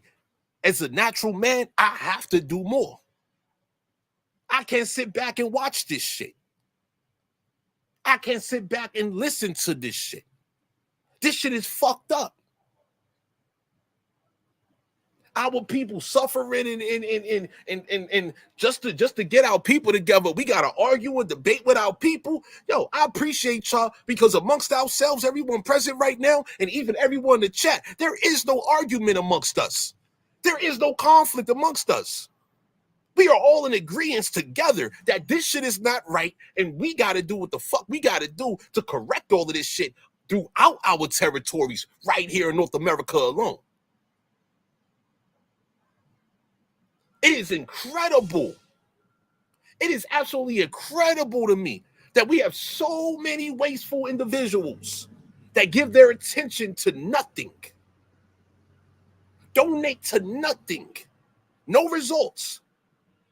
And meanwhile, we got people that's actively invested in solutions for the benefit of actual populations. I mean, imagine Chief Mimi Olun if she was focused exclusively, if she had the resources to focus exclusively on making sure our elders are good. And then from once the elders are good, once we secure these investments, making sure our elders are good, now we have our elders invested in making sure the youth is good. Then we have others, such as Chief Poma, that's invested in environmental and food justice, where they're like, yo, I'm invested in making sure that we all is going to be healthy, have healthy environment, have healthy food, so on and so forth, right? Healthy relations, because relations is a part of environment. It's a part of the ecology and all of that, right? The ecosystem and all of that, right? The preservation of our American species, right? Our American race and all of that, right? This is where my mind goes to. And some of what Mimi just said, she said some additional things, not different. She said some additional things that I didn't hear previously in my private communications with her about what she's experienced. The point is, right? These are active injustices and abuses, and those that have a quote unquote platform, they are fucking silent on this shit. They don't have a voice for the people. They don't have a mic, pass the mic to the people and none of that. They're not about that work. They're not about that life. So it's on us to be about that work and about that life, as we've always been. You understand what I'm saying? I'm gonna hold it right there. Pomar, you muted right now. Please unmute yourself. I'm on mute. So what Tony said is so really important.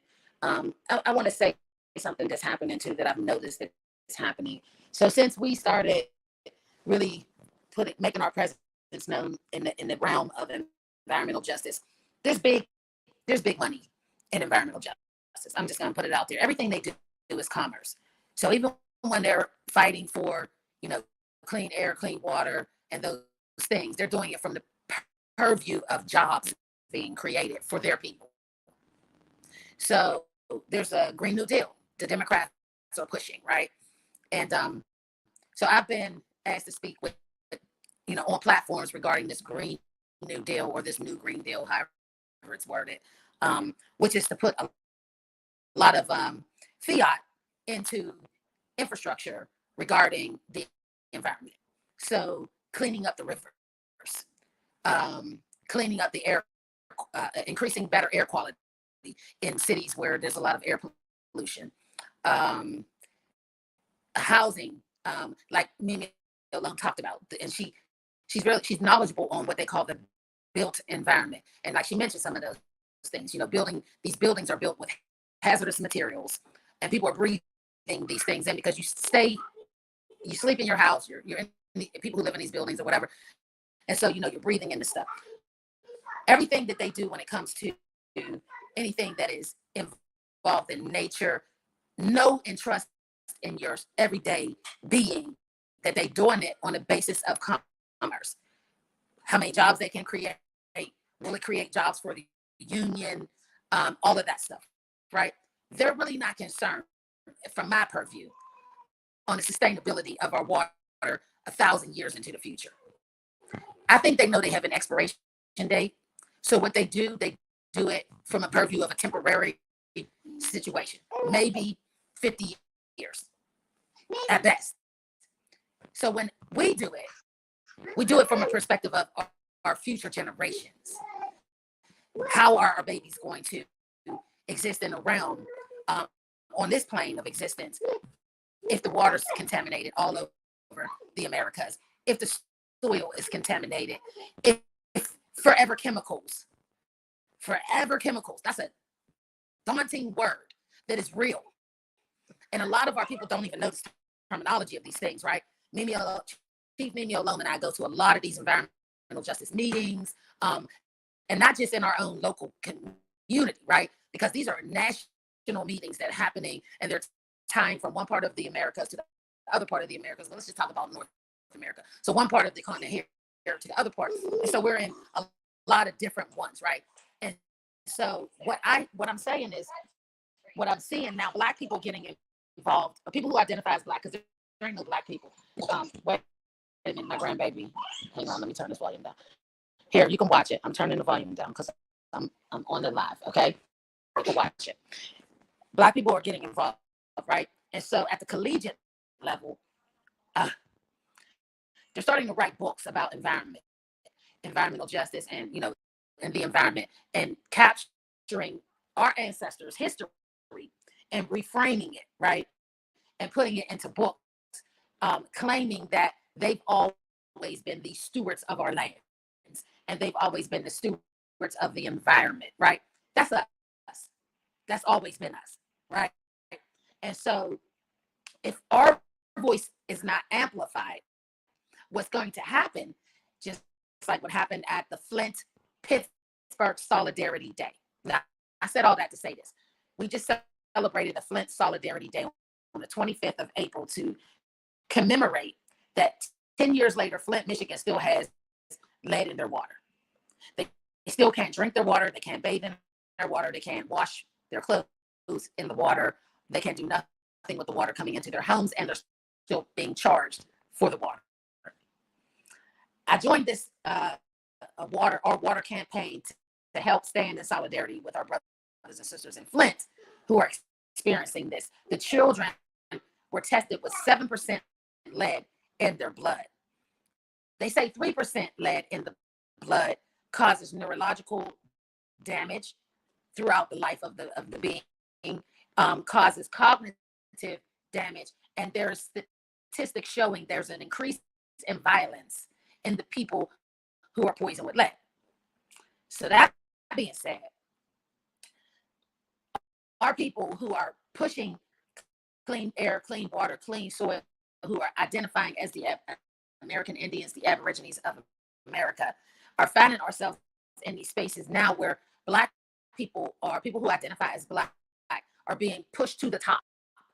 They're being raised up by these laws because they feel a need to do that because of the stigma that's been put on them that, oh, white people enslaved the Black people, and white people are, and racism and white supremacy and all those rhetorical terms, because they never were supreme over here on this land.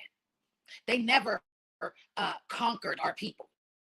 We got colonized through paper genocide, and a lot of tricks and signing contracts that we didn't get full disclosure on, and a lot of things like that. But as far as them just beating us down and colonizing us through the gun and whooping our asses, that didn't happen.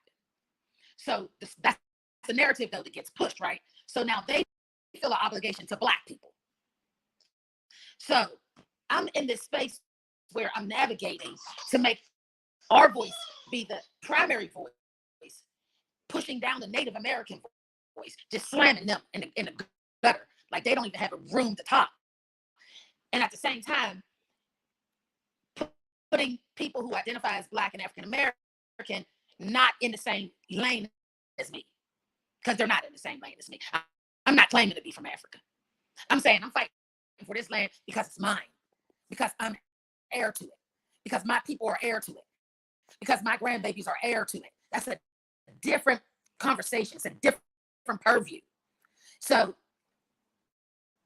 I kind of lost track. I do this work for that reason. So there's a separation and there's a difference. So when you hear, as you continue to hear, just Google Green New Deal, New Green Deal to educate, to edify yourself in that subject matter, because they're talking about putting billions and billions and billions of dollars in that pot that's going to be allocated throughout the states if they vote in the affirmative, because it still has to go up before their House and Congress. They got to vote, whatever. They did pass a large portion of it. The Environmental Protection Agency is also involved in this too, because they have an obligation to protect our forests, the forestry industry, the preserves, conservation districts, all these things. And these people are making decisions to better their position on our land, not to edify us for our future generations. That's why it's important that we be involved. And so, again, like I said, pushing our narrative as at the top has been, I've been fighting. Chief Mimi Alone has joined me in this fight. We've been fighting, right? We need more of our people to be aware of. It's more to just identifying as an American Indian, actually activating that and putting that energy into work, making it useful for our people in whatever space and place that is. So don't allow these city officials, right? These government actors, these state actors, to determine what's going to happen in your community around water issues, around gas issues, around electricity issues, any of these things. We have to be the first voice And we have to always tell them that they can't make moves without our free, prior, and informed consent. And that's what has been failing us. They have never gotten our free, prior, and informed consent. They have never even given full disclosure to us when it came to contracts that we've inadvertently signed with them, and our parents signed and our ancestors signed. So all of it's fraud. It's contract fraud. Mm-hmm. So, yeah, I yield. I don't even know where I was going with that. I just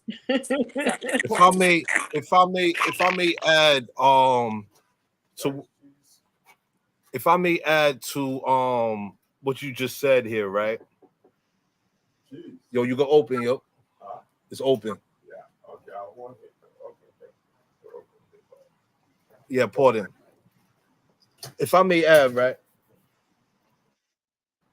So absolutely, Tommy. We have an abundance of opportunity, right? We have. Hold on one second. Yeah. Yo, hello. Hey, yeah. I'm be on mute for a second. Please keep speaking. I'll be right back. Well, okay. Well, I wanted to speak on something and piggyback on what Chief Pomar was talking about, because I think there's so much going on that our lineage don't really comprehend the fight isn't just about fiat. It isn't just about let's get grant money. It's about, while you're spending that grant money, they're killing off an Indian for every dollar you get. That's how I see it. Because I also, I found out there's something called Brownsfield, in my research. Yeah, I know they don't want me in their buildings. I know they don't, because I made some things happen in that last one in Georgia. Those people, next thing they know is the housing authority. They come, oh, the housing authority getting ready to have a meeting with us. Oh, the house. I said, that's a lot of stuff they didn't disclose. And I told them, you didn't tell them this, you didn't tell them that, and after 3 years, you can kick them out. And they don't know that. And here's your contract, and blah, blah, blah. So then they retaliated against me. Then they started saying, well, we can prove that you were irate and that you cussed us out. Now, Lord, listen, Lord knows I can use some vulgarity, but I'm not stupid enough to do it where you can use it against me in court. So I'm going to tell you. Mimi, Chief Mimi, let me say this to you real quick, right? Mm-hmm. For one thing, I've never seen anything in law saying that you cannot use profanity. This is true. I've yet to see that.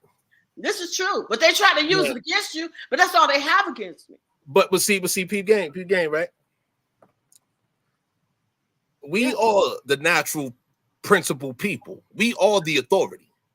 All right. If we are offended, okay, how we express our offense, okay, that is associated to what is known as emotional distress. You have free and clear paths on how you respond to emotional distress. Everything that you've described, that you've experienced, what Chief Pomar is experiencing and has experienced, right? That is all associated to emotional distress. Your people suffering is emotional distress. Your people being harmed. Your people being threatened, harassed, coerced, etc. This all creates conditions for emotional distress. Mm-hmm. And how you respond naturally to emotional distress, well, who can judge you for that? Well, they can't judge me for that. Exactly. And it can't be held against you. Right. They don't have anything else against me except that I'm holding them accountable for their bullshit. And so this is where it goes, right? And also to put my point, right? Yo, we got to organize within our communities and territories, our people that's upset, that's angry, frustrated, irritated, that have been coerced, that's under distress and duress, that have been harassed, and etc. We have to organize throughout our territories, communities, these people. We don't need people that are passive aggressive. No, we need people that's aggressive. That's what we need. Aggressive, not passive. We need to listen to everybody. We need to organize the collective communication, whereas, oh, you're upset about this? Agree. Yes. Does everyone agree that we're upset about this? Great. Write that down. We're upset about that. You can use all the profanity that you want, but are we in agreement that you are upset about this? Next line item. Are you upset about this? Feel free to continue using profanity and vulgarity or what have you. But we do have your yes on that, correct? Okay, Yeah. great. Next line item. Next line item. Next line item, etc. This is what's missing. They with that civil rights shit, right? What I observed with that Civil Rights Act shit, because that wasn't my time. I'm an 80s baby, right? What I observed. Oh man, pardon me. I got clients hitting me. 1 second. Hold on. That's okay. I want them. No. I'm still here. I had to decline the call. Client hit me back and all of that. So this is what I'm looking at, right? With that civil rights era situation, right? They wanted our elders during that time, our youth, that were targeted. Because from what I understand, our elders in the 1960s was not burning nothing down in their communities, right?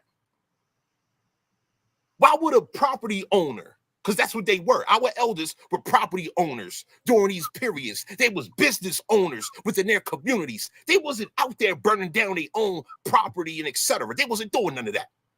However, whatever youth was strategically targeted, propagandized, indoctrinated to engage in these type of belligerent behavior and what's the terminology they use? Riot behavior, civil unrest behavior, right? Now, that was a tactic to create a response such as the Civil Rights Act. Whereas they put in the Civil Rights Act that, these people will no longer riot, engage in acts of civil unrest. And this is what we're going to do for them to prevent them from doing such. We're going to provide them with jobs and trades and funding and all these different programs, right? And I'm paraphrasing right now, too. I don't have it in front of me right now. But from what I understand, this is what happened. And they had organizations in place similar to Black Lives Matter back then. Remember, these are people that's not from the community going into a community, destroying the community for a particular foreign political agenda. We have to get our political agenda together per community, per territory. You understand?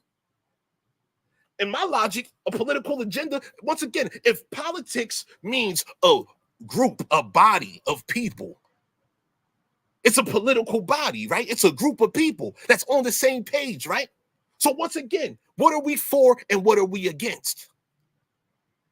That has to be established per community. And in addition to that, back to the subject matter of these treaties and all of that, we need our people formally aware, formally prepared to articulate what our ancestors agreed to in regards to whatever treaty. Whether that is the true treaty or it is a altered, revised treaty. No, we have to be present at our tables. This is all of our table. The American continent is our table. We eat from here. We eat from what's ours. We sleep under this American continent. This is ours. We come from this. So we have to secure our investment, our natural inheritance within this. Because if we leave it to these other motherfuckers, like how these niggas want to say, oh, American is foreign. Snigger, you don't know. Snigger, you don't know what you need to know. You're not qualified to speak on the subject. So, yo, I'm going to leave you right there, snigger. Stay stuck. Stay stuck in not knowing better and not wanting to know better. We need people that desire and that are willing to invest in truth, quality for the preservation of our collective American existence. Because otherwise, it's going to be taken from us as we see it happening in real time before us. I'm going to pause right there. Yeah, and you're absolutely right. We've got to band together, and we got to band together under the right juridical reasons, our own juridical reasons, our own politics, our own, for lack of a better term. But I do want people to know about something that's being done with under the built environment against our people, and it's something called Brownsfield land. I don't know if anybody knows what Brownsfield land is, but this is what they're building our homes on. Brownsfield land. Let me read the definition to you because I can read it better. You'll understand it a lot better. A Brownsfield site is defined as any land that has previously been built on, then disused factories, outmoded office buildings, or any location that was once a work site. A greenfield site sits on the opposite end of this spectrum, referring to land that has yet to be developed. Now, this is the part you need to know. A Brownsfield site is which they build on are sites that has toxic materials still in the land. We'll read that to you. Typically, contaminants are found on the contaminated Brownsfield land, including hydrocarbon spillages, solvents, pesticides, heavy metals such as lead, tributyl tins, and asbestos. Sweetheart, that's what they build in your apartments over. This is why I got sick and why people died in that building. So when I say I'm pissed because y'all not standing with us because fiat is more important, what are you going to say when you do meet your ancestors and say, I gave you a way out? What you do with it? Well, Mimi, hold on. I got a question for you real quick, right? Yeah. So what you just read there, I appreciate that because I've never heard of that before. Brownsville site, right? That's what you said? Yeah, Okay. Brownsfield, F-I-E-L-D. Brownsfield, okay. Pardon me. Brownsfield site. Yeah. Are you familiar with what a super fund is? I've heard of it, but I'm not familiar with it, no. Look up EPA super fund. I shared that in a presentation some years ago. Now, what I'm hearing here is these brownfield sites are literally super fund sites, contaminated sites that have received EPA funding. Okay? Okay. For cleanup. There's funding for cleanup with super funds, right? I'm looking at it. And so what I'm hearing here is now I'm gonna have to do some research on this, and it's crazy here because I'm over here bugging right now. So I'm under the impression listening to you right now. You have some entities that have tapped into super fund investments, right? Which is for cleanup efforts of these particular regions and territories, etc., that have been contaminated. And instead of actually cleaning it up, they have just built on it and called it a brownfield site, huh? Like that. Yeah. It's called a brownfield site, and what they do is they do less than adequate cleanup. Where these sites really shouldn't be built on for the next 50 years or 100 years. True. But they do what they call enough of a cleanup. But see, it leaks through. Not only are the materials that they're using, the built environment use all kinds of chemicals, petrochemicals, everything that Poma and I have talked about. All of this is causing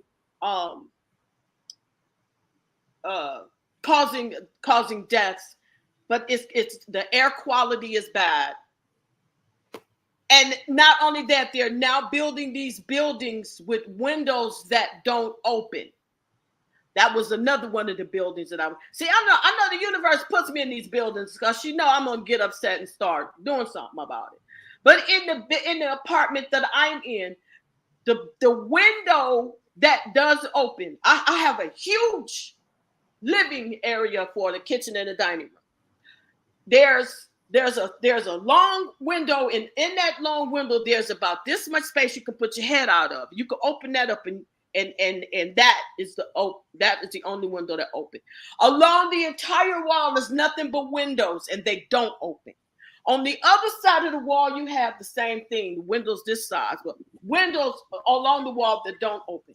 So in my complaint about the air quality, because they have these machines that they're putting into the building, and they call them aircraft or air, I can't think of what they call aircraft, or they filter air in and out of the building. But they don't tell you when you move in that those windows don't open. And when I got sick in that building, I asked them, I said, there's particles, or what they call nanoparticles, coming into the building, into my apartment. Burn my scalp, burn my tongue, right? Come to find out, there's something in the building called a fresh air machine. That's what they call it. So since the buildings are no longer built where you can get natural circulation, they put did somebody mute themselves? I don't know who that is. I don't know who that is. Okay, so maybe that's me. Is that me? No, it's not me. So what they've done is they put in something called a fresh air machine. That is what they're putting into the new buildings. And in these new buildings, that fresh air machine brings air from outside where all the chemicals are and brings it into your apartment, and then tries to cycle it back out, but it doesn't cycle back out. So therefore, people are now getting COPD. All the people who come in without COPD are leaving there with COPD. And because they built this building on a ground, you've got poison coming up in the building. The materials that built the building are poison. And then they put a fresh air machine in there so they can bring poison inside. Are you seeing how we need you to get in this fight? Anybody? Yo, I'm listening, man. I'm with you 100%. And that's what I'm saying, right? You know, one of the things that I'm working towards is the fact that we have to literally have our people on payroll to save themselves and to invest in securing the future of our people. You know what I'm saying? The subject matter of ecocide, right? Because that's what I'm hearing here. Ecocide tying into genocide. That's what I'm hearing. You know, being aware of history. You know, we got people that don't like history, but yet and still everything describing here is historical in nature. Like, this isn't something they just did yesterday. No. It's not they just started doing this 10 years ago, 20, 30, 40, 50, 60 years ago.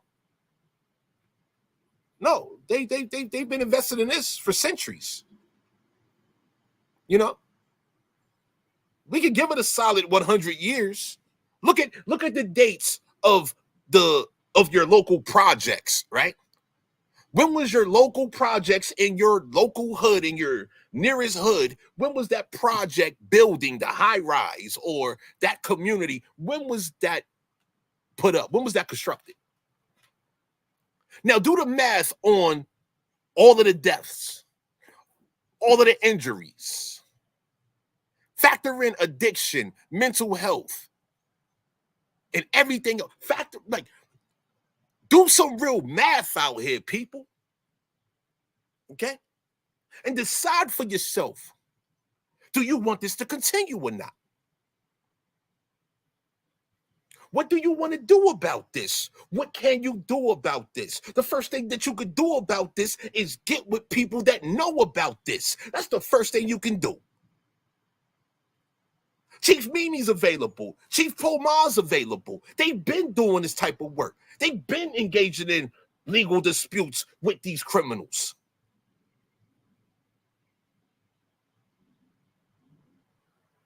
Yo, it's not about chasing a bag. A bag is associated to it if you want to chase a bag. However, yo, the bag is the existence of your people. That's your bag. Because guess what? If your daughters and sons don't procreate, continuing for the next 10, 20, 50, 100, 200, 500, 1,000, 20, 50, 100,000 years from right now, guess what? It's over. And that is the agenda. But people want to talk about, oh, the pale skins ain't going to be here in another 50 years. Man, they got other plans anyway. They got plans on crossbreeding and furthering their lineage. They got plans on what's known as transhumanism.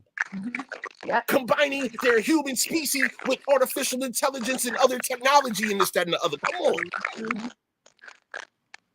Are we going to be the natural people and preserve our naturality?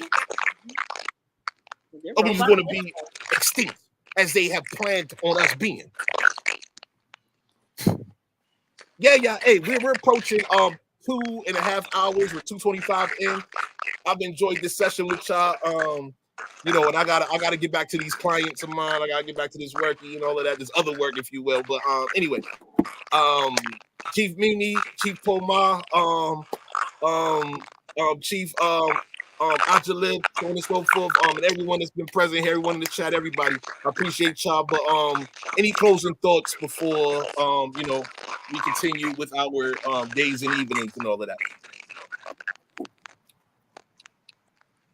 Chief Mimi alone, you want to leave some words? I have a few. I just want to say, you know, recognize the people who are actually in the fight versus those who are actually just fighting and bickering and keeping mess going. Really look at, you know, you got to decide what you really want. You got to decide. You know, I've often said we're in a time of separation and we're in a time of elevation. It's time to choose sides. It really is. And you know, if the people, what did Chief Cowley say? Now that you know that you are Indian, now what? So what you gonna do? Decide what you're gonna do. If you're not gonna get in the fight, then you should say, hey, y'all, I'm not gonna get in the fight. We won't look for you to be there. We'll just go, you know, like I said, look, I'll go to some white people and help me fight if my own people won't fight. Because I want to win this fight. And it is for my people. I want to win this fight. But if you don't get up and fight, I'm gonna have to go somewhere else. And I'll have somebody else fight for you if you're just too lazy or too scared or whatever it is that you think you can't do. Then I have to, because I don't want to lose. I can't afford to lose. I've been in this fight too long to just lose. That's just the type of person I am. I don't want to lose. So y'all got to get into this fight with us. If you don't want to, find somebody who does want to actually get into the fight, who wants to learn about what we're going through and help us sit with our fight to get at the table and sit at that table and tell them, can't do that. Because we didn't give you free, prior, and informed consent to do it. You can't, you got to close these borders. We didn't give you free, prior, and informed consent to open them. And a whole host of other shit we didn't give you free, prior, and informed consent to do. I yield. Respect. I want to end on this. Actually, it's not an ending. This is, as Mimi alone says, we say to each other, it's a continuation because there's no beginning and there's no ending to who we are as the cosmic beings that we are. So with that said, on the physical realm, in the flesh of our avatars, we have work to do. We never die. So that's never a part of the equation. So never to have fear, because fear is not real for us. To be apprehensive about things, to be cognizant, to be aware, to be cautious, those terms apply, not fear. Just circling back around to the treaty, that we didn't really get to go to a particular part that I wanted to read. And if you read it yourself, you'll come upon this. I think it's Article 3 or Article the 3rd, and comparing that to Article the 3rd in the Northwest Ordinance. The Delaware treaty says that we have this government to government relationship. It confirms that, just like House Congress Resolution 331 confirms that we have a continuing government to government relationship, specifically with Congress, and that we are to have a seat in Congress because they're making decisions on our land, right? Just like at the state level and at the city level, you know, we immerse ourselves in all of these groups that are making decisions about our water, about our gas, about our oil, about our coal, about our air quality. Yeah, we have to be involved. And at the state level, we have discussions and we have government meetings with the state when they're overreaching, right? When they're acting in ultra vires outside of their realm of their government capacity, right? And they have no control over us, although even that they don't, they overstep their boundaries all the time. So we have to always check them. And then at the congressional level, that treaty states that we are to have our own representation if we have an issue with them. Say a crime is committed. Say we're accused of killing one of their citizens, right? They do not have the authority to arrest us, although they do have an obligation to meet with our council, whoever our people are, and say, hey, one of your members is accused of murdering one of our citizens. All right, so now we sit together, their judge and our heads of our states or our heads of our council would now sit and discuss the evidence, right, together, and resolving it after we see whatever the evidence is. If one of our members did kill one of their citizens, this is an agreement that ancestors created with this treaty. Okay, so like it or not, this is what it says. They then may be found guilty, and if they're found guilty for killing this Slav, this entity that really is a socio-political construct, because they don't operate as if they're real physical, live blood, whatever. Nonetheless, then that being could go to jail, right? On the other hand, if they were to kill one of our people too as well, they get arrested right away. They're held, right? They're held, and in them being held, there's also still an investigation. We're a part of this investigation all the way up to sentencing, right? There is no one judge that's ruling over the case. There's their judge and their court structured system, and then there's us, whoever we appoint to be that one that will sit and discuss and weigh the evidence and so forth and so on and da da da da da da. And that's what's not happening, and that's what we're enforcing to happen, right? And then Mimi Olom is real adamant about us and the fact that we are the law givers. We are the law. And I say in the environmental realm, land, air, and water is the law. So that's law to me. And we are the land stewards. We're the flora and the fauna of the land. We are made up of 90% water, the water, particularly here in the Americas. And the air that we breathe in our lungs comes from this particular hemisphere, right? I'm not breathing air in Africa. So all of those things say we are the law, and we are the law givers, and we're the law enforcers, and we have the ultimate right to protect ourselves against all enemies, foreign and domestic. And so that's the road that we are traveling. That is where that is our goal, to enforce all of these that are our rights in the A drip and the U drip, and rights that we decide are our rights, because that doesn't define all of our rights. We define what our rights are. So hopefully that is inspirational, so that whomever hears this now and in the future, they'll know that there are chiefs of nations that are actually enforcing our rights on these people. You might not see it on mainstream media. Why would they want to show this? Their fall. This is the fall of the United States. I remember the Nation of Islam wrote the book, The Fall of America. That's a lie. America's the land. The fall of the United States. The fall of these corporate fictions and these entities. Right? So I want to leave everybody with that, and know that, there are chiefs out here. And get with us. Get with us.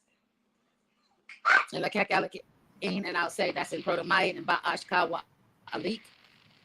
Greetings to all. To all. Chief Ajajib, would you like to share some closing thoughts? Yes, thank you. I would like to say for those who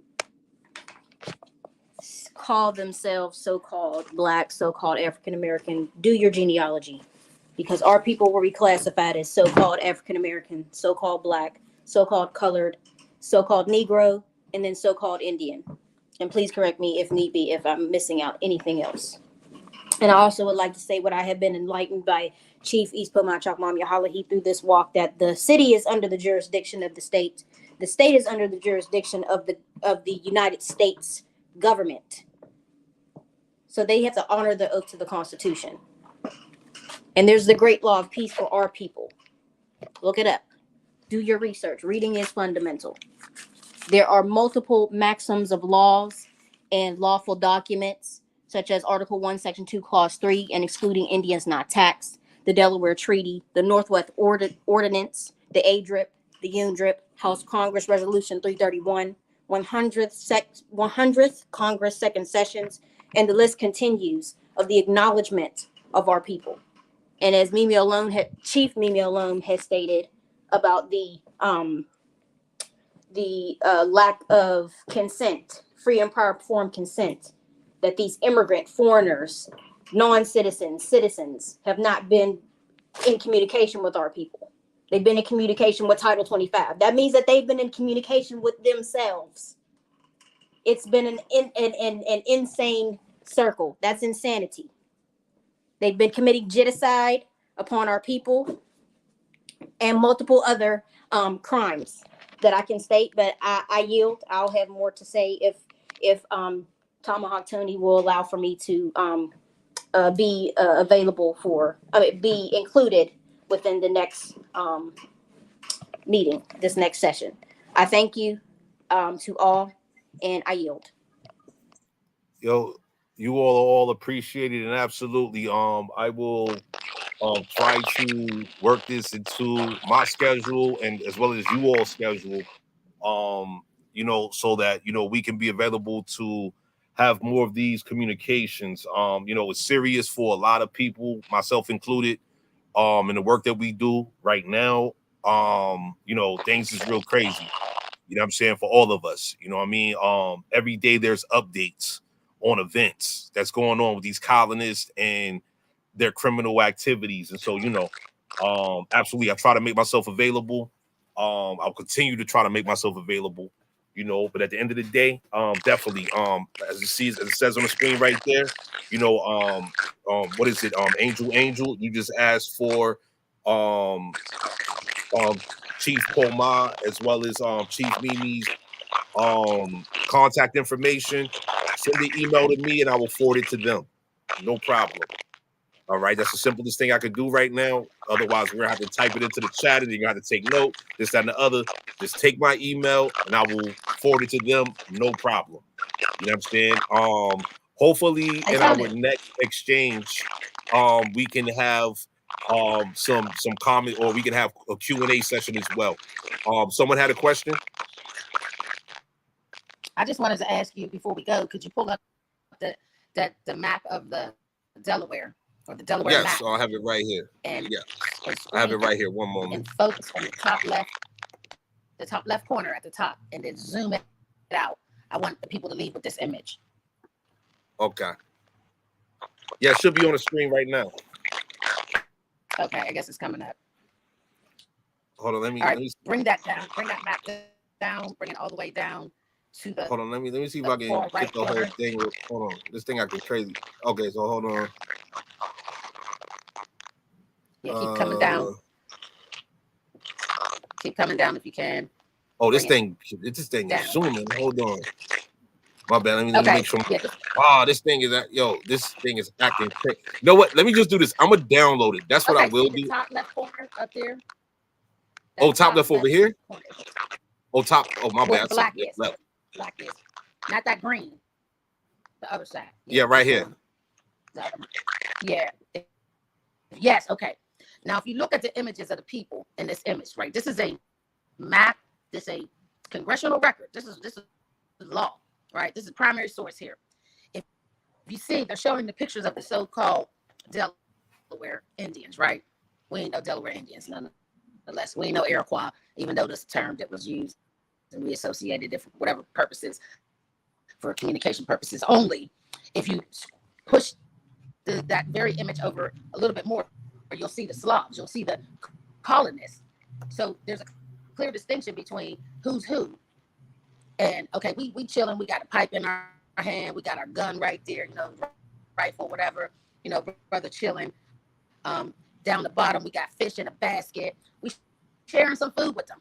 We didn't know they was going to do what the fuck shit. Excuse me, grandbaby over here. Anyway, and you see, we got fish. We got provisions.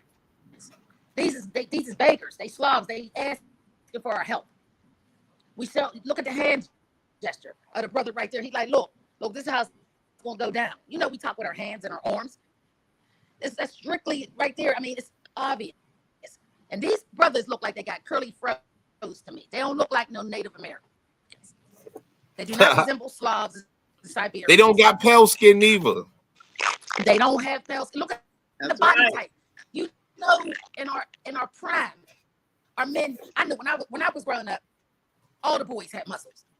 They just came out the womb with muscles. Like, I don't know what's going on today. The generation of food is terrible. The soils, everything's messed up. Chemical exposure. Hormones in the food. This is how our brothers was rocking. This is how they was looking, just naturally buff. Wasn't no gyms back there. Wasn't nobody going to the spa. It was naturally, the earth and the environment that we're in made us very fit to, be physically fit and all that. So my point is this. These are the Indians, right?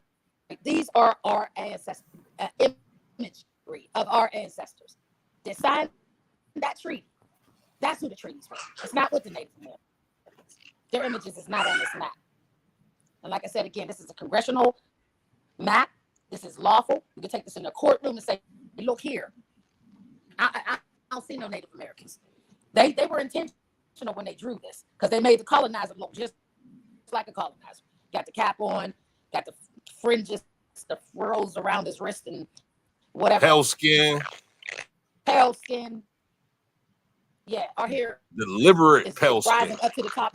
His is hanging low. If they wanted to draw a Native American, a Siberian, Alaskan Native looking motherfucker, they could have did it. Easy. They could have did it. That's all I'm saying. So even know that they know who we are. That's why I said I don't really have these issues with Slavs. I have them with our people identifying as Black and African American because it destroys their narrative. They can't keep stealing our ancestors and writing stories about Black Wall Street that didn't exist because it wasn't Black Wall Street. They can't keep lying. And the Native Americans just swamp. Fuck them. Yo, they asking for the source of the map. I'm gonna put it in the chat so y'all can pull it up for yourselves. That's the link to the map right there. Let me go back. Hold on. Yeah. That's the link right there. Y'all can pull it up with that link right there. Anybody interested? You can pull up that map right there. They got a bunch of other Delaware maps up there without those images. That one's a price. That's a jewel right there. Right. That's right. And it don't be easy to find unless you know how to put the exact wording in. It'll pull up all these other Delaware maps that don't have this image on it. That does look like William Penn, though. Yeah, that was a historical figure during that period. Yeah. Absolutely. A lot of maps came out the 1700s. Some of the best maps came out the 1700s. Right, like literally right before the establishment of the United States. When we get to the study of cartography, it gets real deep. But anyway, hey y'all, I gotta get back to this other work. Thank y'all. You know what I mean? I appreciate y'all. Thank you for your time, your presence, your energy, and everything. I appreciate everyone in the chat. You know what I mean? Oh, you said the link didn't pull up? Hold on, what? Hold on. Let me see what's going on. Hold up. Let me see if I got a link over here. Yeah, here we go. I got another link for y'all. One moment.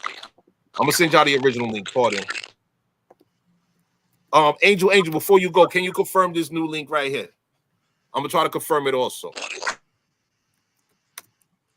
Yeah. There you go. Yeah, and so this map is dated 1748. All right. So that's the actual Library of Congress direct link right there. The previous link was to the image itself. That's to the actual informational page, where you can actually pull up the image and all the details associated to it from the Library of Congress. So absolutely, I appreciate each of you once again. See you on the next one. Thank you.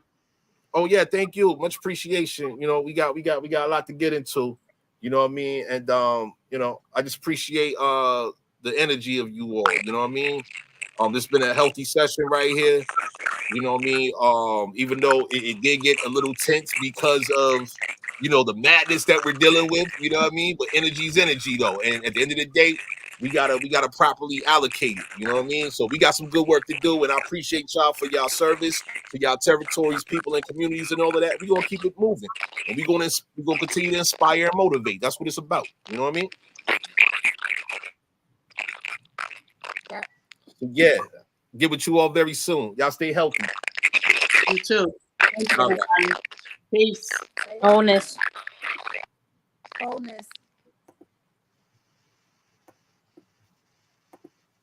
How do you get out of here? What do I push? Oh, you get it should say leave studio or Oh, in. Oh, well, okay, for me I it's see it. screen. Okay. Yeah. Peace. Yeah, I'm about to play this song that you know, we've been working on for some time now. Yeah, and I look forward to y'all feedback on the next one. But I'm just gonna run it.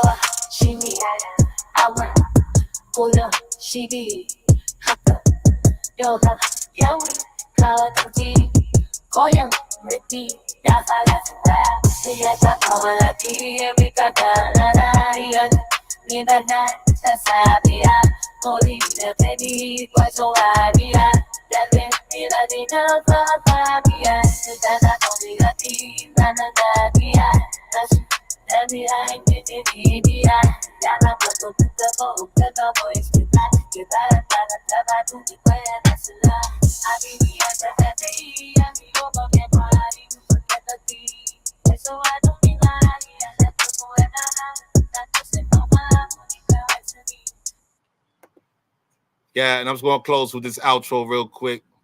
You know what I'm saying? About to get into this good work here, as y'all know. You know what I mean? We got a lot to do out here. Appreciate y'all. Abanki Palami, Igby, Atak, Intikba, Atak Shanspo, Maliki Okla, Okcha, Abahanta, Chatayakni, Anli, Yupali, Iskifa Nishkin, Oglush Enla, Abenili, Chata Atak Iskafushi. Almighty Creator, ancestors, our American people, awake. This is divine, sacred Chata land. Be faithful, be exalted. Foreign nations, colonists. You are in the eye of the tomahawk.